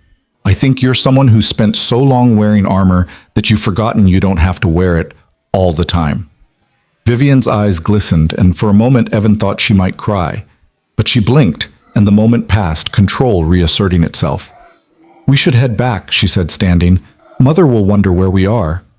But as they walked back to the main house, Vivian's hand found his, her fingers threading through his like it was the most natural thing in the world. Neither of them commented on it. Neither of them let go. The week that followed was a masterclass in manufactured intimacy. They held hands constantly, even when no one was watching. Vivian started working from the dining table, asking Evan's opinion on decisions that had nothing to do with his actual role. They watched movies with Sarah curled between them, Vivian slowly learning to interact with a child who wasn't intimidated by her. Evan caught himself noticing things, how Vivian laughed at Sarah's jokes, genuine and unguarded, how she looked in the morning with her hair down and no makeup, softer somehow, how her hand felt in his, warm and certain. 3 days before the wedding, they attended the final venue walkthrough at the estate. Marcus was there, hovering like a vulture, his eyes tracking every interaction. Evan and Vivian moved through the space, discussing placement and timing, and Evan became increasingly aware of Marcus's scrutiny. The ceremony will be here, Vivian said, gesturing to the garden. Reception in the main house. About 200 guests. 200 people watching us lie, Evan muttered. 200 people watching us commit to a legal arrangement, Vivian corrected, but there was no bite to it. Try to look happy about it. I'll do my best, Evan said, pulling her close and pressing a kiss to her forehead. It was becoming habit now, these small touches. Easier every time. He heard a camera click. They both turned to find Marcus lowering his phone, that predatory smile on his face. Sorry, Marcus said, not sounding sorry at all. Couldn't resist. You two look so perfectly in love. There was something in his tone that made Evan's skin prickle. Vivian's hand tightened on his arm. Marcus, she said carefully, What are you doing? Just documenting the happy couple, Marcus said. Though I'm curious, when exactly did this grand romance begin? Because I've been reviewing some interesting security footage from the office, time-stamped, dated. And you know what's fascinating? Until about 6 weeks ago, you and Evan barely spoke. No shared lunches, no lingering in doorways, nothing. Then suddenly, he snapped his fingers. True love. People keep things private, Vivian said, her voice cold. Surely you understand discretion. I understand discretion, Marcus agreed. I also understand contract marriages. Tell me, how much is he costing you? What's the going rate for a husband these days? Evan's blood ran cold. Vivian's face went completely blank, that perfect mask slamming into place. But Evan could feel her pulse racing where their arms touched. You're suggesting I paid Evan to marry me? Vivian said, her tone dangerous. I'm suggesting that your sudden engagement to a junior employee with a documented financial crisis is convenient, Marcus said, especially given that Father's will requires you to be married by your birthday, which is, what, 3 weeks away? 2.5, Vivian said. And yes, the timing is convenient. It also happens to be genuine. Not that I expect you to believe in genuine emotion, Marcus. That would require you to feel something beyond ambition. Clever, Marcus said, but I've been doing research, talking to people. Your ex-wife, for instance. He looked at Evan. She's very concerned about this rushed arrangement, very concerned about what it means for her daughter. She's been quite forthcoming about your financial troubles, your desperation. It paints an interesting picture. Evan's jaw tightened. Leave Jennifer out of this. I'm just gathering facts, Marcus said innocently. And the facts suggest that you two barely know each other, that this marriage is suspiciously timed, and that there are significant financial incentives for both of you to lie. I wonder what the board will think when I present this information. You have no proof, Vivian said. Not yet, Marcus agreed. But I will. And when I do, you'll lose everything. The company, your reputation, your precious control. All because you thought you could outsmart Father's will with a fake marriage. He walked away, leaving them standing in the garden with the weight of exposure hanging over them. Vivian's hand was shaking where it gripped Evan's arm. He covered it with his own, steadying her. He's bluffing, Evan said, though he wasn't sure he believed it. He's not, Vivian said quietly. Marcus doesn't bluff. He's been waiting for this, watching, gathering evidence, and if Jennifer's been talking to him... Jennifer wouldn't, Evan started, then stopped. Would she? If she thought she was protecting Sarah, if she believed the marriage was harmful, would Jennifer give Marcus what he needed to destroy them? We need to be more convincing, Vivian said, her voice tight with stress. Not just convincing, perfect, unimpeachable. We need to make everyone, Marcus, the board, your ex-wife, believe this is real beyond any shadow of doubt. How? Evan asked. We can't manufacture history. We can't change the fact that we barely knew each other 6 weeks ago. Vivian turned to face him, her expression intense. Then we make the present so convincing that the past doesn't matter. We make people see what they want to see, a romance that moved quickly because it was undeniable. People believe in fairy tales, Evan. We give them one. That's not going to be enough for Marcus, Evan said. He's looking for cracks. He'll find them. Then we don't give him any, Vivian said. She was close now, close enough that Evan could see the gold flecks in her dark eyes, the slight tremor in her lips despite her controlled voice. We commit completely. No more separate bedrooms, no more careful distance. We live as if this marriage is real in every way that matters. Vivian, I know what I'm asking, she said. I know it's not what we agreed to, but Marcus is right about one thing. The timeline is suspicious. The only way to counter suspicion is with absolute conviction, with a relationship so obviously genuine that questioning it seems absurd. Evan thought about the contract, about the careful boundaries they'd established, about the danger of blurring lines too thoroughly. But he also thought about Sarah, about the future that would disappear if Marcus succeeded, about Vivian, standing in her family's garden looking more vulnerable than he'd ever seen her. Okay, he said. We do it your way. Complete commitment. No cracks. No cracks, Vivian repeated. She reached up, her hand trembling slightly as she touched his face. This has to look real, Evan. Not performed. Real. I know, Evan said. And then, because Marcus was probably still watching from somewhere, because the cameras were always watching, because they needed to start being convincing right now, or maybe because the line between performance and reality had already blurred more than either of them wanted to admit, Evan leaned down and kissed her. It was supposed to be for show. A performance. Proof for Marcus's cameras that they were genuinely in love. But the moment their lips met, something shifted. Vivian's sharp intake of breath, her hands clutching his shirt, the way she leaned into him like he was the only solid thing in a world that was crumbling. The kiss deepened, became real in a way neither of them had planned. When they finally pulled apart, Vivian was looking at him with something between shock and fear and something else he couldn't name. That was, she started. Convincing, Evan finished, his heart hammering. That was convincing.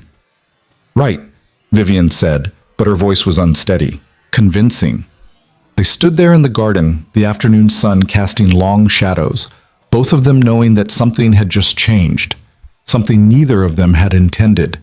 The kiss was supposed to be fake, meant for Marcus's cameras and suspicious eyes, but it hadn't felt fake. And that, Evan realized with growing alarm, was the most dangerous thing of all. The ride back to the city was silent, the kind of silence that pressed against the car windows and made breathing feel deliberate.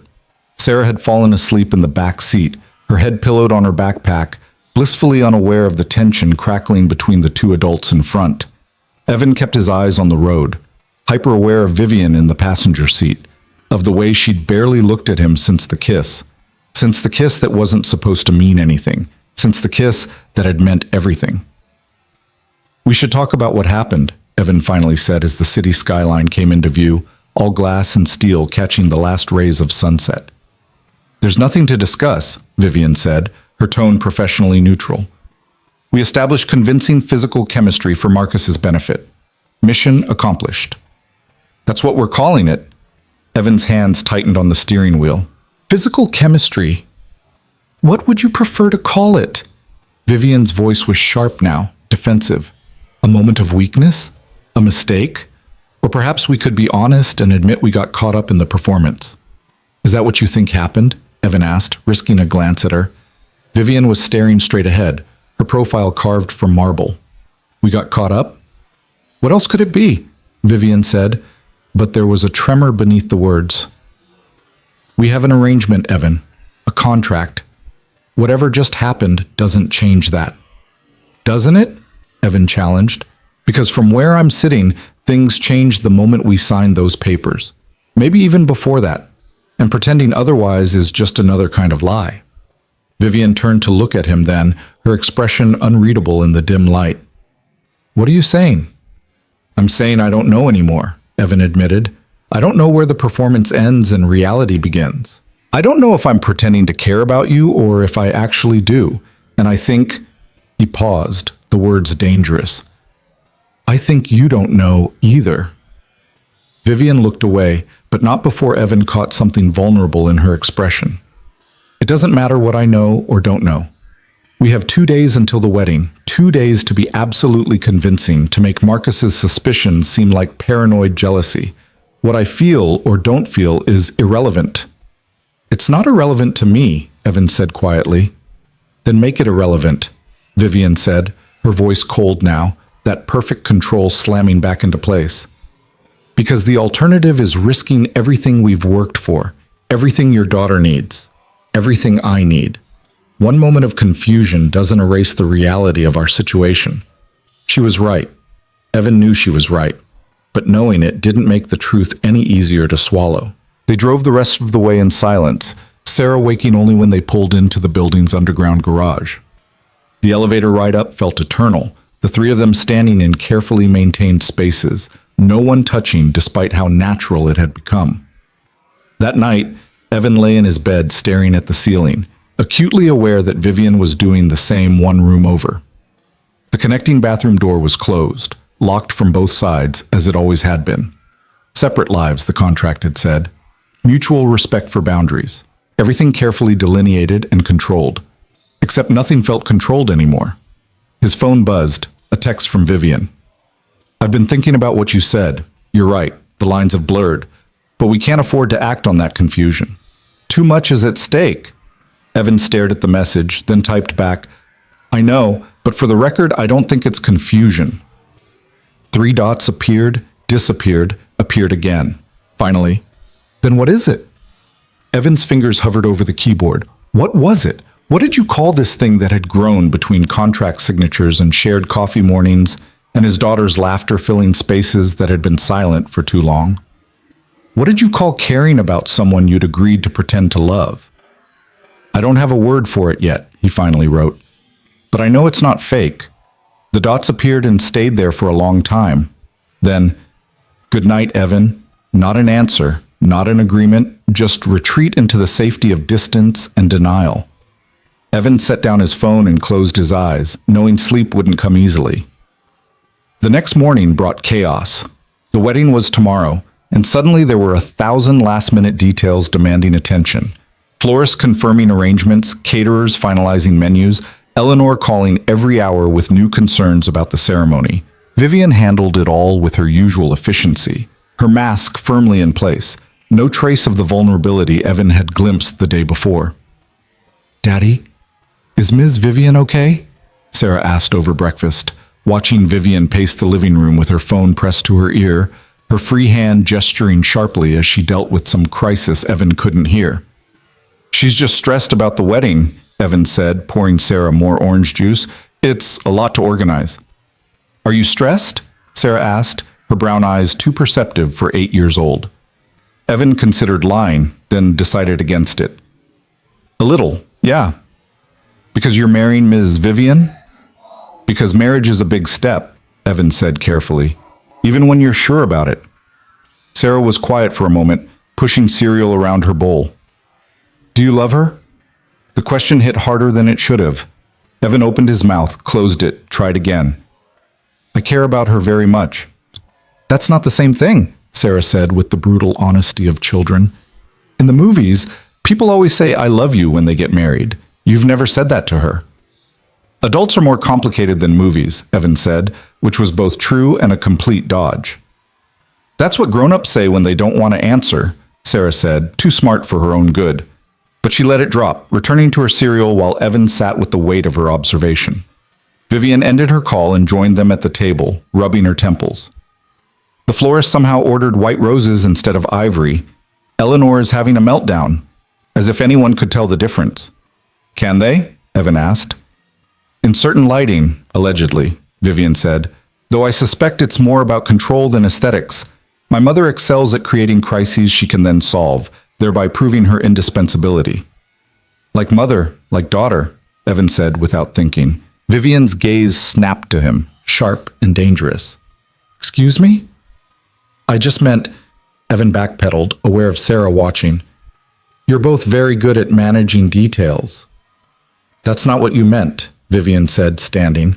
But fine. Believe what you want. I have 14 more calls to make before the rehearsal dinner tonight. She left the room, her spine straight and rigid. Sarah looked at Evan with wide eyes. I think she's really stressed, Sarah whispered. Yeah, Evan agreed, guilt settling in his chest. I think I just made it worse. The rehearsal dinner was held at an exclusive restaurant that Eleanor had rented out entirely, filled with family Evan had never met, and business associates who looked at him like they were trying to solve an equation. Marcus was there, of course, watching everything with predatory interest. Evan played his role perfectly. Attentive fiancé, charming to the relatives, deferential to Eleanor while still showing backbone. He held Vivian's hand, pulled out her chair, made all the right gestures. But there was distance between them now, a careful space that hadn't been there before. Vivian felt it too, he could tell. She smiled at the right moments, said all the right things, but her eyes were guarded, her touch mechanical rather than natural. Trouble in paradise? Marcus murmured, appearing at Evan's elbow during cocktail hour while Vivian was occupied with a cluster of board members. You two seem a bit stiff tonight. Pre-wedding jitters, Evan said smoothly. It's a big day tomorrow. Is it? Marcus swirled his scotch. Because from where I'm standing, it looks more like two people going through the motions of a script they're tired of performing. Your imagination is working overtime, Evan said, his jaw tight. Maybe, Marcus agreed. Or maybe I'm just good at reading people. You know what I think? I think you actually started to believe the lie, started to feel something real. And now reality is crashing back in, reminding you that this is all just a transaction. Must be difficult, pretending to love someone when they're fundamentally incapable of loving you back. Evan's hand clenched around his glass. You don't know anything about what's between us. Don't I? Marcus smiled. I know Vivian. I've known her my whole life. She's brilliant, strategic, absolutely ruthless when necessary. But love? Vulnerability? Those require giving up control, and Vivian would rather die than surrender control. Whatever you think is growing between you, it's an illusion. She's using you, just like she uses everyone. The only question is whether you'll realize it before or after the wedding. Marcus walked away, leaving Evan standing there with poison in his ears and doubt creeping through his veins. He looked across the room at Vivian, watched her navigate conversations with practiced ease, never letting the mask slip. Was Marcus right? Was everything Evan thought he'd seen, the vulnerability in the garden, the genuine laughter with Sarah, the way she'd kissed him like she meant it, was all of it just another performance? You look troubled, a voice said. Evan turned to find Eleanor beside him, her sharp eyes missing nothing. Wedding day nerves? Something like that, Evan said carefully. Eleanor studied him for a long moment. You know, I was opposed to this marriage initially, the speed of it, the circumstances. But watching you with my daughter these past weeks, I've revised my opinion. Evan blinked, surprised. You have? She looks at you differently than she's looked at anyone, Eleanor said. Oh, she's trying to hide it, and she's very good at hiding things. But I'm her mother. I know when she's fighting herself. She paused, sipping her wine. The question is, are you fighting yourself too? I don't know what you mean, Evan said, deflecting. Yes, you do, Eleanor said. You're wondering if this is real, if she's capable of feeling what you're feeling, if you're a fool for caring about someone who might be using you. She smiled, but it was sad around the edges. My husband did that to her, you know. Taught her that emotions were weakness, that vulnerability was failure. He meant to make her strong, but what he actually did was teach her to fear the very things that make us human. Why are you telling me this? Evan asked. Because tomorrow you're marrying my daughter, Eleanor said. And despite my many flaws as a mother, I want her to be happy. I think you could make her happy if she lets you, but she won't let you if she thinks you're going to leave the moment things get difficult. Vivian needs someone who'll stay, someone who'll fight through her defenses instead of accepting them at face value. What if Marcus is right? Evan asked quietly. What if she's incapable of letting anyone in? Then you'll have tried, Eleanor said simply. But I don't think Marcus is right. I think my daughter is terrified because for the first time in her life, she feels something she can't control. And Vivian hates not being in control. She patted his arm. Give her time and patience, and don't let Marcus poison what you're building. She walked away, leaving Evan reeling. Could it be true? Was Vivian's distance tonight not rejection, but fear? Was Marcus's poison actually evidence of a threat Marcus perceived, that this fake marriage might become real enough to undermine his plans? Evan found Vivian on the restaurant's terrace, standing alone in the cold evening air without a coat. She was staring at the city lights, her arms wrapped around herself, looking smaller somehow than she did in boardrooms. You'll freeze out here, Evan said, shrugging off his jacket and draping it over her shoulders. I needed air, Vivian said. Too many people in there, too many expectations. Your mother just told me an interesting story, Evan said, leaning against the railing beside her. About your father, about why you are the way you are. Vivian's jaw tightened. Whatever she said, it doesn't excuse anything. I made choices. I became this person. She thinks you're scared, Evan said. Not cold, scared. She doesn't know me as well as she thinks, Vivian said, but there was no conviction in it. I think she does, Evan said gently. I think you're terrified because this thing between us stopped being fake somewhere along the way, and you don't know how to handle that. Vivian turned to face him, her expression fierce. You want to know why I'm scared? Because tomorrow I'm marrying you for all the wrong reasons, and somewhere in the middle of this mess, I started wishing the reasons were right. I started wanting this to be real, and that's, her voice cracked, that's the most dangerous thing I could possibly feel. Why is it dangerous? Evan asked, his heart hammering. Because wanting things makes you weak, Vivian said. Needing people makes you vulnerable. And when you're vulnerable, people hurt you, they leave. They prove that you were right all along to keep them at a distance. I'm not going to leave, Evan said. You say that now, Vivian said. But what happens when you realize I'm exactly what Marcus said? Cold, controlling, incapable of giving you what you deserve. What happens when you wake up and realize you married someone who doesn't know how to love properly? Then I'll teach you, Evan said simply. The same way you've been teaching me that security and stability aren't weaknesses. We'll figure it out together. Vivian's eyes glistened. You can't mean that. You barely know me. I know you get up before dawn to answer emails so your employees never feel neglected, Evan said. I know you memorized Sarah's favorite foods and made sure the kitchen was stocked with them. I know you laugh at bad jokes when you think no one's listening. I know you're kind when you think kindness won't be used against you. He stepped closer. I know you're scared, Vivian, but I'm scared too, and maybe that's okay. Maybe we're supposed to be scared together. This is insane, Vivian whispered. We had a plan. A contract, rules. Plans change, Evan said. And maybe our plan was wrong from the start. Maybe we were so busy protecting ourselves that we didn't realize we were building something real. Evan, Vivian started, but whatever she was going to say was interrupted by the terrace door opening. Marcus stood there, his phone in his hand, his expression triumphant. Sorry to interrupt this touching moment, but I think you should know I have everything I need. Security footage, financial records, testimony from Jennifer.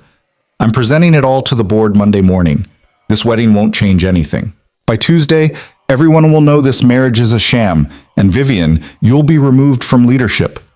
Vivian's face went white. Evan felt his world tilting, everything they'd built about to come crashing down. But before he could speak, before he could defend or deny, Vivian did something that shocked them both. She started laughing. Not hysterical laughter, but genuine amusement, rich and full. Marcus's triumphant expression faltered. What's so funny? He demanded. You are, Vivian said, wiping her eyes. You spent weeks investigating us, Marcus. Weeks gathering evidence of our financial arrangements, our suspicious timeline, all the ways this relationship doesn't fit your narrow definition of love. And you know what you missed? The actual truth. Which is, Marcus said coldly, that I don't care anymore, Vivian said, her voice steady and certain. You're right. This marriage started as a transaction. Evan needed money. I needed a husband. We made a deal. All of that is true, and I'm done pretending otherwise.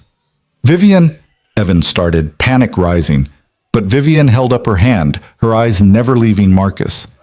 You can present your evidence. You can tell the board everything. You can expose every clause of our contract. And you know what will happen? Absolutely nothing. The board will remove you, Marcus said, but he sounded less certain now. Will they? Vivian smiled, but it wasn't pleasant. I've been CEO for 7 years, Marcus. 7 years of record growth, employee satisfaction, innovation. The company has never been stronger. The board cares about results, not romance. As long as I'm legally married by the deadline father set, the terms of the will are satisfied. How I got married is irrelevant. Mother won't, Marcus tried. Mother already knows, Vivian said, and both men stared at her. You think she didn't investigate? You think a woman who built her life on reading people didn't see exactly what this was from day one? She knew, Marcus. She's always known. Marcus's face went red. If she knew, why didn't she stop it? Because unlike you, she cares more about the company than about scoring points against me, Vivian said. Because she knew that whether Evan and I started as a business arrangement or not, we'd either make it work or we wouldn't. But at least I was taking action instead of hiding behind Father's ghost. She stepped forward. You want to expose us? Go ahead. You'll look like the jealous brother trying to undermine his sister's happiness. You'll look petty and desperate. And the board will see exactly what you are. A man willing to destroy the company just to satisfy his ego. You're bluffing, Marcus said, but his voice wavered. Am I? Vivian pulled out her phone, typed something, and held it up. On the screen was a message thread with Eleanor dated 3 weeks ago. In it, Vivian had laid out the entire arrangement, the contract, the timeline, everything. Eleanor's response was simple. Do what you must. Just don't let Marcus win. Marcus stared at the phone, his face cycling through emotions. Shock, anger, betrayal. Mother knew and said nothing? She said quite a lot, actually, Vivian said. She said marriage is complicated, that how it starts matters less than how it continues. She said if I was smart enough to find a good man willing to help me protect Father's legacy, I should hold on to him. She said, Vivian's voice softened, that sometimes the best relationships start without love and build toward it, rather than starting with passion and burning out. This is, Marcus was sputtering now, this is insane. You can't just, but I can, Vivian said. And I am. Tomorrow I'm marrying Evan, not because a contract says I have to, though that's still legally binding. Not because I'm desperate to keep you from the CEO position, though I am. I'm marrying him because somewhere in the middle of this mess I fell in love with him, and that terrifies me more than anything you could possibly threaten me with. The silence that followed was absolute. Marcus stared at Vivian like he'd never seen her before. Evan's heart was hammering so hard he thought everyone must hear it. Had she just said, "You're lying," Marcus said weakly. "You're incapable of love."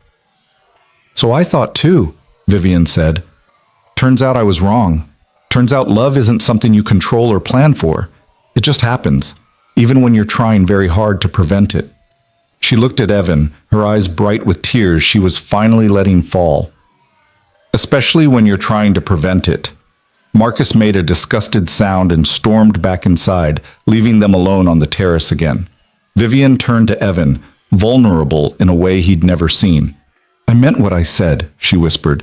"Every word. I know this isn't what we agreed to. I know it complicates everything, but I'm tired of lying, Evan. Tired of pretending I don't feel what I feel. If you want to back out, if this is too much..."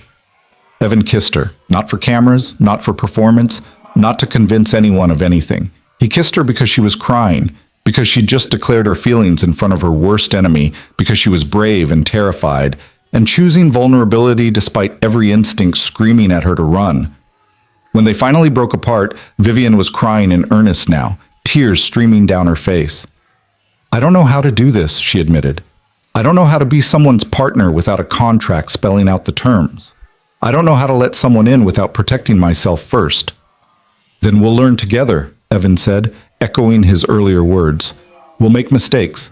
We'll mess up. But we'll do it honestly, without scripts or performance. Just two people trying to build something real from a foundation that started fake." "That's the worst plan I've ever heard," Vivian said, but she was smiling through her tears. "Maybe," Evan agreed. "But it's our plan. Not Marcus's, not your father's, not what anyone else thinks we should be. Just ours." Vivian leaned her forehead against his chest, and Evan wrapped his arms around her, feeling her shake with the release of years of carefully maintained control. They stood like that for a long time, two people who'd started as strangers, become reluctant partners, and somehow found their way to something that looked a lot like love. When they finally went back inside, the dinner was breaking up. Eleanor caught Evan's eye across the room and gave him a small nod. Approval, acknowledgement, maybe even pride. Marcus was nowhere to be seen, probably licking his wound somewhere private. Sarah was yawning, ready for bed. "Can we go home?" she asked, and Evan noticed she'd said home, not the penthouse. Somewhere in the past month, that sterile space had become home. "Yeah, princess," Evan said, lifting her into his arms, even though she was getting too big for it. "Let's go home." In the car, Vivian reached across and took Evan's hand, threading their fingers together. No performance this time, just connection, simple and genuine. Sarah noticed, watching from the back seat with quiet wisdom. "You really love her, don't you, Daddy?" she said sleepily. Evan looked at Vivian, who was watching him with those dark eyes that no longer seemed cold but warm, open, vulnerable. "Yeah, princess," he said softly. "I really do." Vivian's hand tightened on his, and though she didn't say the words, Evan saw them in her expression, and the way she looked at him like he was something precious and terrifying and worth fighting for. Tomorrow they would stand in front of 200 people and make promises. But tonight, on the drive back to the city with his daughter dozing and the woman he loved beside him, Evan realized the most important promises had already been made. Not in contracts or ceremonies, but in quiet moments of choosing truth over convenience, vulnerability over control. The wedding would be a formality. What they had built, what they were still building, was already real, and somehow that was enough. The morning of the wedding arrived with unseasonable warmth, the kind of perfect spring day that felt like the universe was offering its approval. Evan woke early, his heart already racing despite having slept better than he had in weeks. For the first time since signing that contract, he wasn't waking up to perform a role. He was waking up to marry a woman he actually loved, complications and all. He found Vivian already awake, standing at the living room window in her robe, coffee cup cradled in both hands. She turned when she heard him, and the smile that crossed her face was unguarded, genuine. "Couldn't sleep either?" she asked. "Too much thinking," Evan admitted, pouring his own coffee and joining her at the window. The city was just beginning to wake, delivery trucks making their rounds, early joggers on the streets below. "Second thoughts?" "About 100 of them," Vivian said, but there was no fear in her voice. "Most of them variations on the same theme. How did I get so lucky that you didn't run screaming when you saw who I really am?" "I could ask the same question," Evan said. "I came to you broke, desperate, with a daughter and enough baggage to fill a warehouse. You could have chosen anyone. Instead, you chose the guy who couldn't even afford his own suit." "I chose the guy who loved his daughter more than his pride," Vivian corrected, "who worked 3 jobs to try to make ends meet, who never once complained or played the victim. I chose someone with integrity, Evan. Everything else was just details." Before Evan could respond, Sarah's door opened and she emerged, already dressed in her flower girl outfit. A lavender dress that Vivian had insisted on getting her, complete with a crown of flowers Margaret had helped her make the day before. "Do I look okay?" Sarah asked, twirling nervously. "You look beautiful," Vivian said, and the emotion in her voice made Sarah beam. Over the past month, Vivian had been so careful with Sarah, never overstepping, always deferring to Evan on parenting decisions. But slowly, imperceptibly, she'd become someone Sarah sought out for comfort, for advice, for the small moments that built relationships. "Are you nervous about today?" Sarah asked Vivian. "Terrified," Vivian admitted, crouching down to Sarah's level. "But the good kind of terrified, like when you're about to do something wonderful but scary." "Like when I started at my new school," Sarah said. "Exactly like that," Vivian said. "And you were so brave then. You just walked in and made friends and became yourself. I'm trying to do the same thing." Sarah considered this, then threw her arms around Vivian's neck in an impulsive hug. Vivian froze for just a second. She still wasn't used to casual physical affection, then wrapped her arms around the little girl, closing her eyes against the emotion that threatened to overwhelm her. "I'm glad Daddy's marrying you," Sarah whispered. "You make him smile again."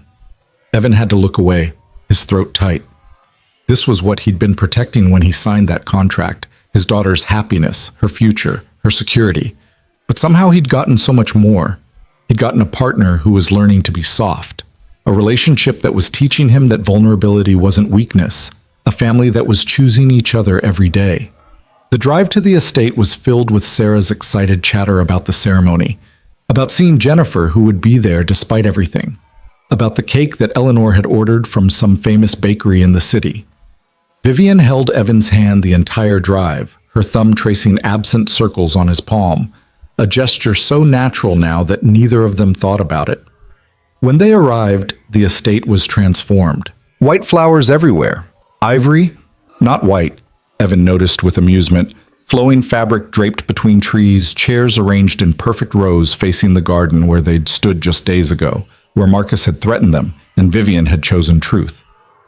Eleanor met them at the guest house, looking elegant in dove gray, her expression softer than Evan had ever seen it. "Vivian, darling, you need to get ready," she said. "The stylist is waiting. And Evan, your groomsmen are in the main house." Evan blinked. "Groomsmen? I took the liberty," Vivian said.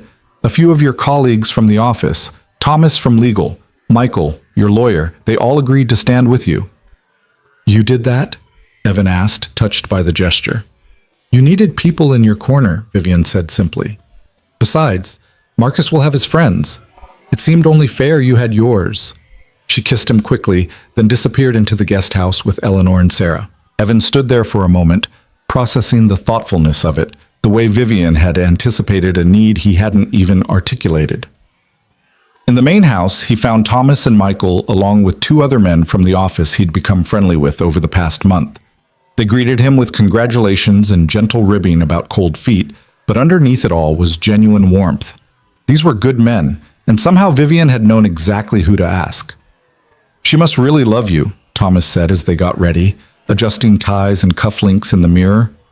Vivian Cross doesn't do anything halfway. When she commits completely. I'm starting to understand that, Evan said, fumbling with his boutonniere until Michael took over with practiced hands. For what it's worth, Michael said quietly, I've reviewed a lot of contracts in my career. That first one you signed, it was generous but clinical.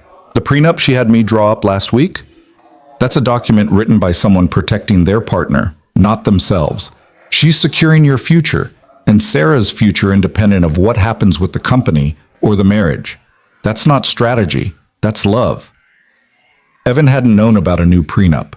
The fact that Vivian had done it without fanfare, without seeking credit, made his chest tighten with emotion. The ceremony was scheduled for 3 p.m. At 2:45, Evan took his position at the altar with the officiant, looking out at the assembled guests. 200 people, most of them strangers to him, Vivian's business associates, Cross Industries board members, distant relatives of the Cross family. But in the front row sat Jennifer and David, and Jennifer gave him a small nod that felt like forgiveness, or at least understanding. The music started.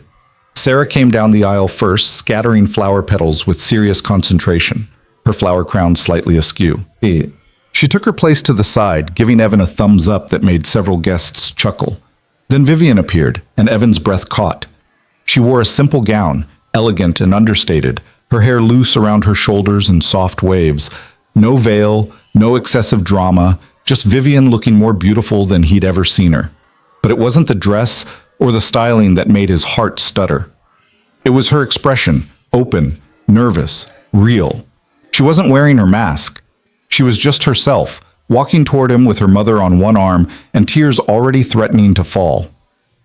Eleanor delivered Vivian to the altar, kissed her daughter's cheek, and whispered something that made Vivian laugh through her tears. Then she took her seat, and it was just Evan and Vivian standing face to face while the officiant began speaking words Evan barely heard over the pounding of his heart. I understand you've written your own vows, the officiant said, and Evan nodded. They hadn't rehearsed this part, hadn't even discussed what they would say. Vivian went first, pulling a small card from somewhere in her dress, her hands shaking slightly. Evan, she began, her voice steadier than her hands. When we started this, I thought I had everything figured out. I thought love was a weakness, that control was safety, that needing someone made you vulnerable. You've spent the last month proving me wrong about everything. She paused, blinking back tears. You've taught me that vulnerability isn't weakness, it's courage. That needing someone doesn't make you less, it makes you human. That love isn't about control or contracts or keeping score.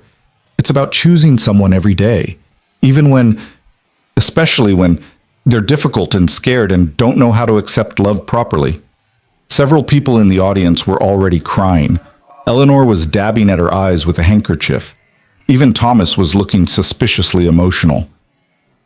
I'm not good at this, Vivian continued.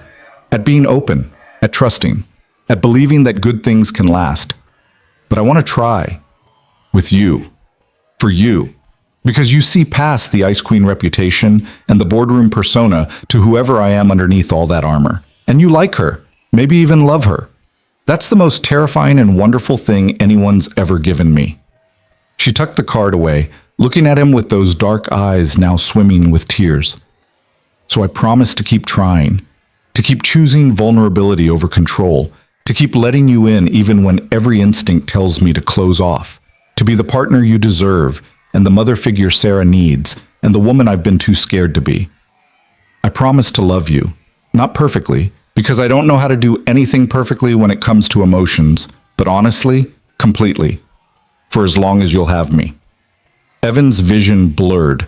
He hadn't prepared a card, hadn't written anything down because he'd thought he would be delivering carefully crafted words to sell an illusion. But standing here now, with Vivian crying openly and 200 people watching, he just spoke from the heart. Vivian, he said, his voice rough with emotion. A month ago I was broke, desperate, and out of options. You offered me a lifeline, and I took it because I would have done anything to protect my daughter. I thought I was signing up for a business arrangement, a year of pretending in exchange for security. And I was okay with that because at least Sarah would be safe. He reached out, taking both her hands in his. But you weren't what I expected.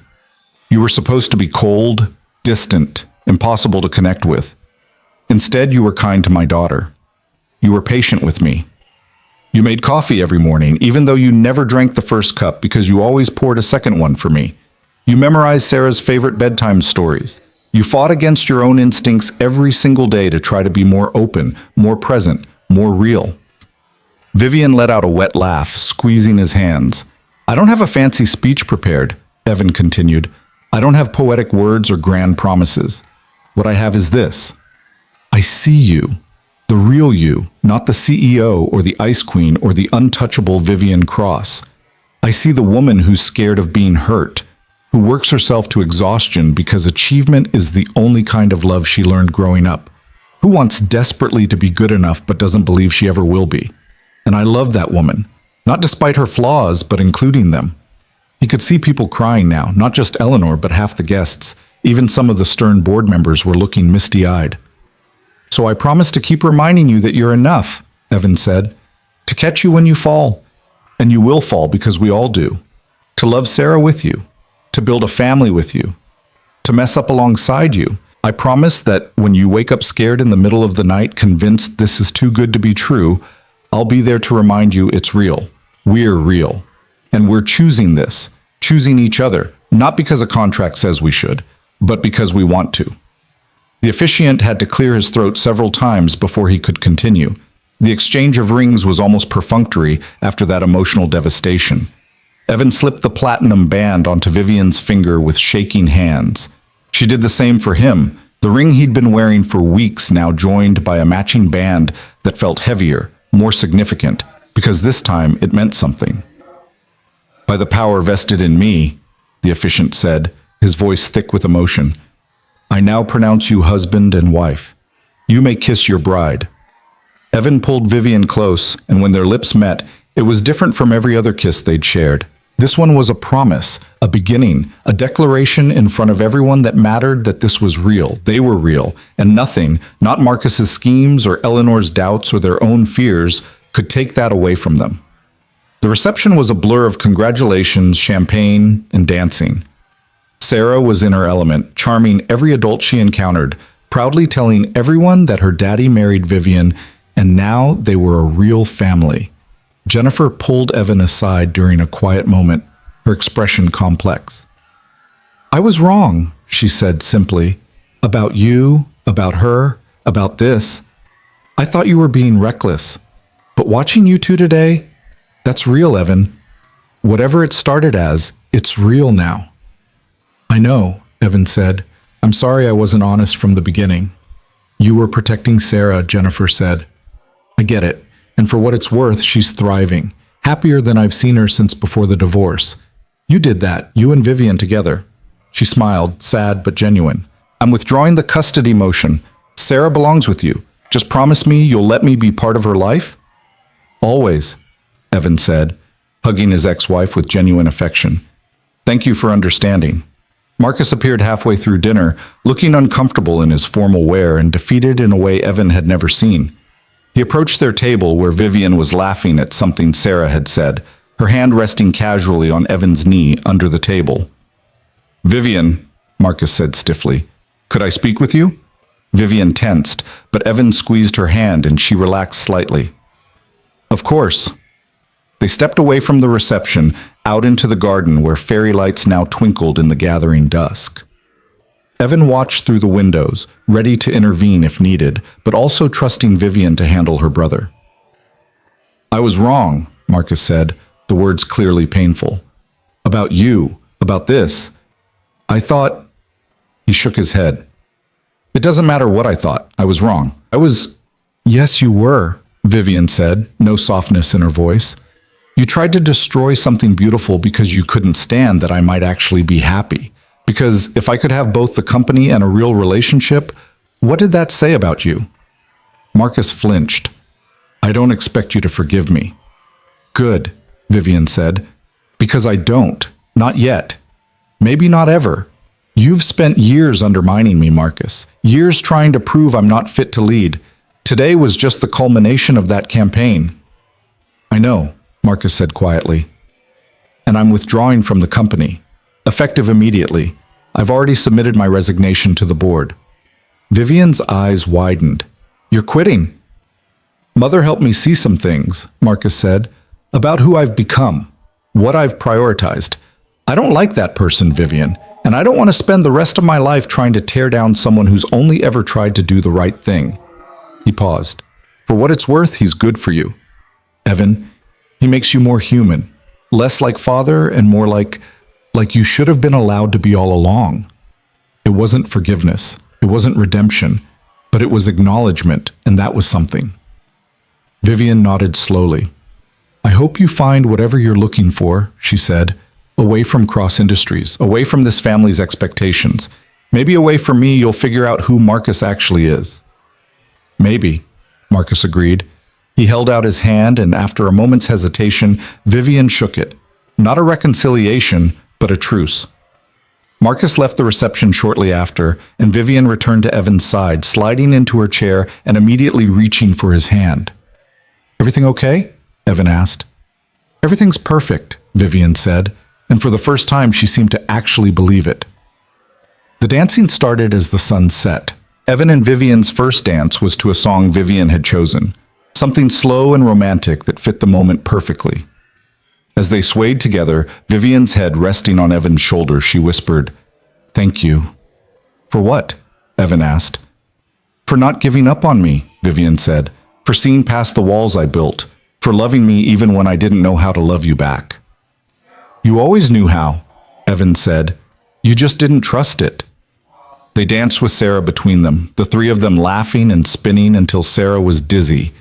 They danced with Eleanor, who surprised everyone by being warm and even funny once she'd had enough champagne. They danced until their feet hurt and the last guests were leaving and the staff was cleaning up around them. Finally, as midnight approached, they retreated to the guest house, now their wedding night sanctuary, with Sarah already asleep in Margaret's care back at the penthouse. Alone for the first time as husband and wife, the weight of the day settled over them. So we're really married, Evan said, loosening his tie and collapsing onto the couch. Completely, legally, irrevocably married, Vivian agreed, kicking off her heels with a groan of relief. No more contracts, no more pretending, just this. Just this, Evan echoed. Are you scared? Terrified, Vivian admitted, sitting beside him and curling into his side like it was the most natural thing in the world, but also happier than I've been in my entire life. Is that normal, to be both at once? I think so, Evan said, wrapping his arm around her. I think maybe that's what real love is, being scared of losing something because it matters so much. They sat in comfortable silence, watching the lights of the estate gradually dim as staff finished their work and departed. It had been a day of impossible perfection, the kind you couldn't plan for because real emotion didn't follow scripts. What happens now? Vivian asked quietly. After this? After the honeymoon period ends and real life sets in. After the novelty wears off and we're just two people trying to make a life together.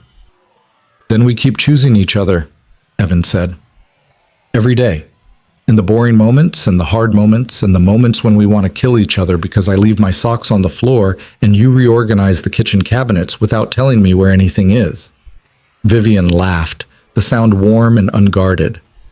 I do that, don't I? You do, Evan confirmed, and it drives me crazy, but I love you anyway, maybe even because of it, because your need for order is part of who you are, and I love who you are. Even the difficult parts? Vivian asked.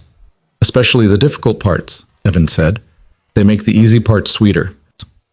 3 months later, Evan stood in the kitchen of the penthouse making pancakes while Sarah set the table and Vivian reviewed reports at the counter, one hand absently rubbing her coffee cup, the other reaching out to touch Evan's back whenever he passed by.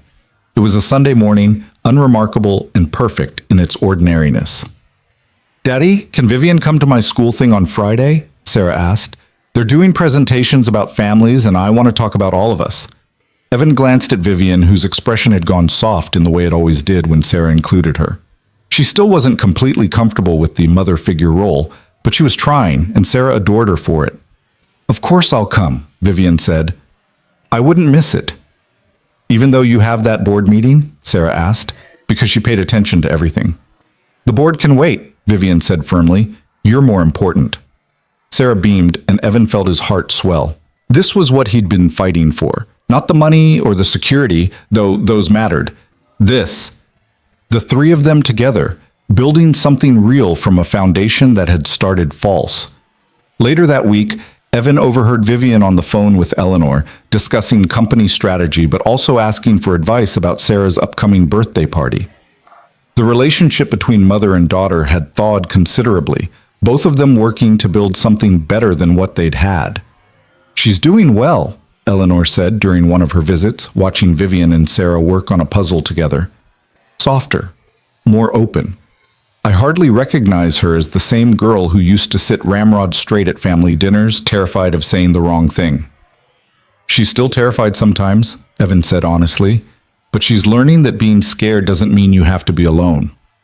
"You're good for her," Eleanor said, "and that little girl is a miracle." The way she just accepted Vivian, no questions asked. Children have a way of seeing past defenses to the truth underneath. "Sarah knew Vivian loved her before Vivian did," Evan said. "She told me one morning that Vivian had the same look in her eyes that I did when I was worried about her. She said it meant Vivian cared even if she didn't know how to show it." Eleanor wiped at her eyes. "That child is wise beyond her years." 2 years later, Evan found Vivian standing at the living room window again, but this time she wasn't alone. She held a tiny bundle in her arms, James Evan Cross, 3 days old, and already clearly his mother's son based on the way he gripped her finger with determined strength. "Can't sleep?" Evan asked, coming up behind her and wrapping his arms around both of them. "He's too beautiful," Vivian said, her voice thick with emotion. "Every time I put him down, I want to pick him back up." "Is that normal?" "Completely normal," Evan assured her. "I was the same way with Sarah." Sarah appeared in her doorway, now 10 years old and already showing signs of the woman she'd become. Confident, kind, certain of her place in this family. "Is James crying?" she asked sleepily. "No, Mom just can't put him down," Evan said, the word mom slipping out naturally. Vivian had asked Sarah if she could use it 6 months ago, her voice shaking with vulnerability, and Sarah had thrown her arms around Vivian's neck and whispered yes, like it was the greatest gift she'd ever received.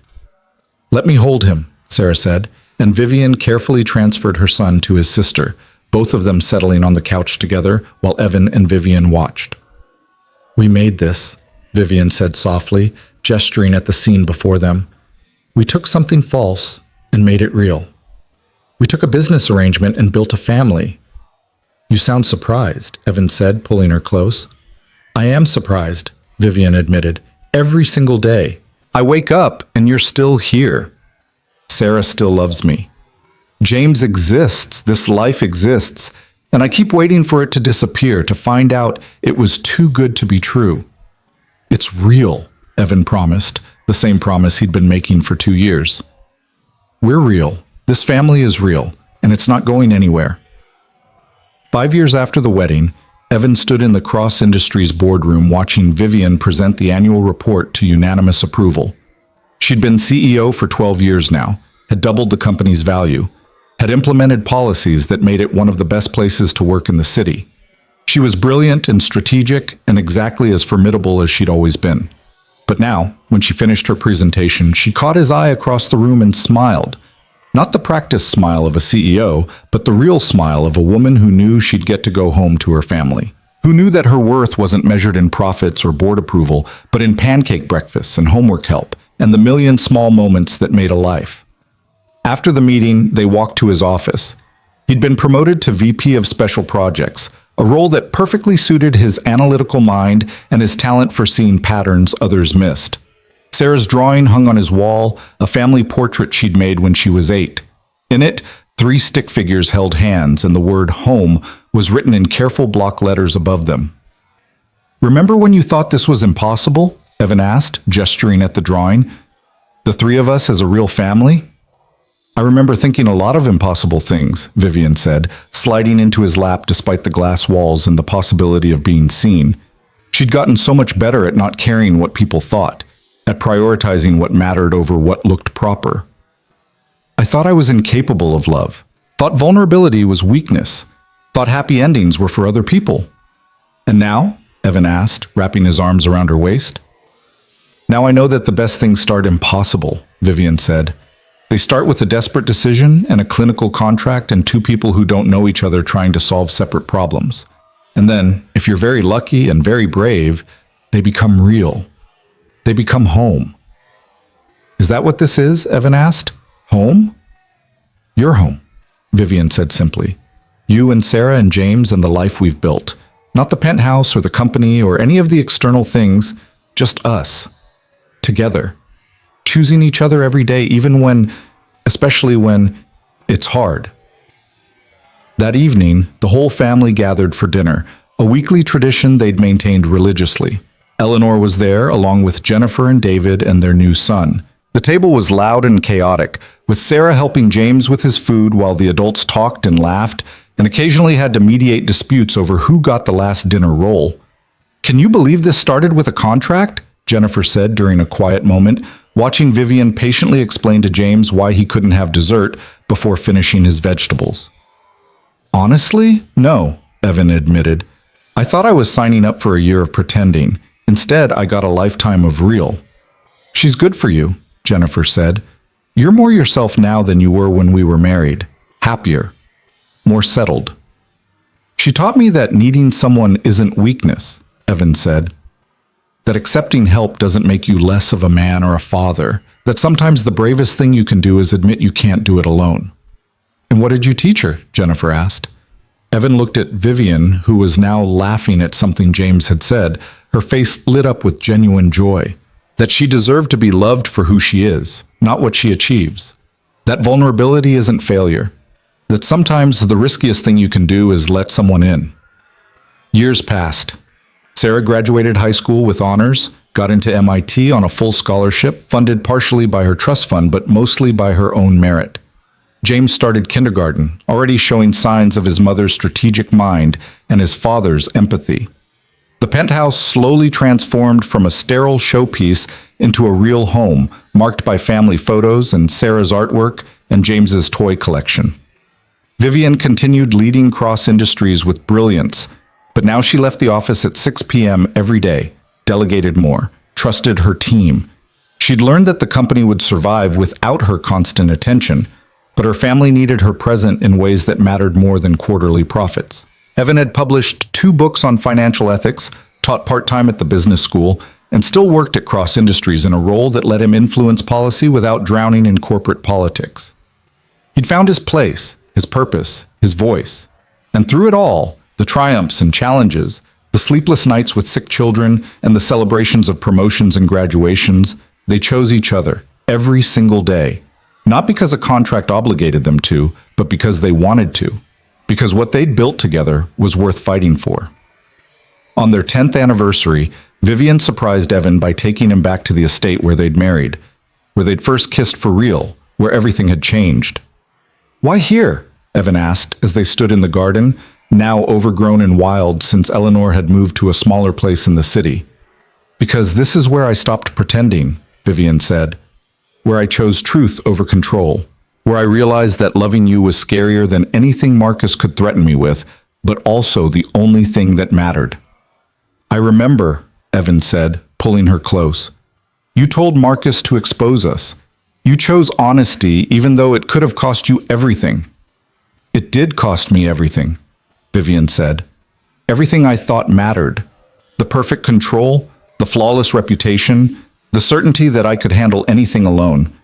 But in exchange, I got something infinitely better. I got you." I got us. I got a family I didn't know I needed and a life that's messy and unpredictable and absolutely perfect. Not perfect, Evan corrected gently. We fight about whose turn it is to do dishes. James went through a phase where he only wanted you and cried whenever I tried to put him to bed. Sarah still resents that we didn't tell her the truth from the beginning about how we met. Okay, not perfect, Vivian agreed, smiling, but perfectly ours. Built from lies and contracts and desperate choices, but real anyway. Maybe more real because we had to work so hard to get here. They stood in the garden as the sun set, painting the sky in shades of gold and pink. Somewhere in the city, their children were with Eleanor, probably eating too much sugar and staying up too late. Tomorrow they'd go back to real life, work and school, and the million obligations that filled their days. But tonight, in the place where their story had turned real, they were just Evan and Vivian, not CEO and VP, not parents or children or people with roles to play. Just two people who'd taken the biggest risk of their lives and found that sometimes the impossible becomes possible when you're brave enough to choose it. Thank you, Vivian said softly. For what? Evan asked, though he'd heard variations of this gratitude 1,000 times. For seeing me, Vivian said, for staying when I gave you every reason to leave, for teaching me that love isn't something you control or earn, it's something you choose, every day. In the boring moments and the hard moments and the moments when nothing makes sense. You taught me the same thing, Evan said, that security isn't just about money, it's about having someone who chooses you back, who sees your flaws and loves you anyway, who builds a life with you one imperfect day at a time. They kissed as the stars came out, as the night settled around them, as the garden that had witnessed their beginning held space for their celebration of everything they'd become. When asked years later how their love story began, they would smile at each other with the shared knowledge of people who'd lived something too complex for simple explanations. It started with a contract, they would say, with desperation and calculation and two people trying to solve separate problems. It started with lies and performance and careful distance. But somewhere along the way, between coffee mornings and late-night confessions, between Sarah's laughter and learning to trust, between masks falling and walls crumbling, it became real. It became love. It became a choice they made every day, not because they had to, but because they wanted to. Not a perfect beginning, but a real one. And in the end, that was all that mattered. The choice to keep choosing each other, to keep building, to keep trusting that what they'd created was worth every risk, every fear, every moment of vulnerability, from contract to family, from strangers to partners to lovers, from impossible to inevitable. That was their story, written in moments both grand and small, in the space between who they thought they had to be and who they became when they stopped pretending. And it was, against all odds and expectations, absolutely and perfectly real.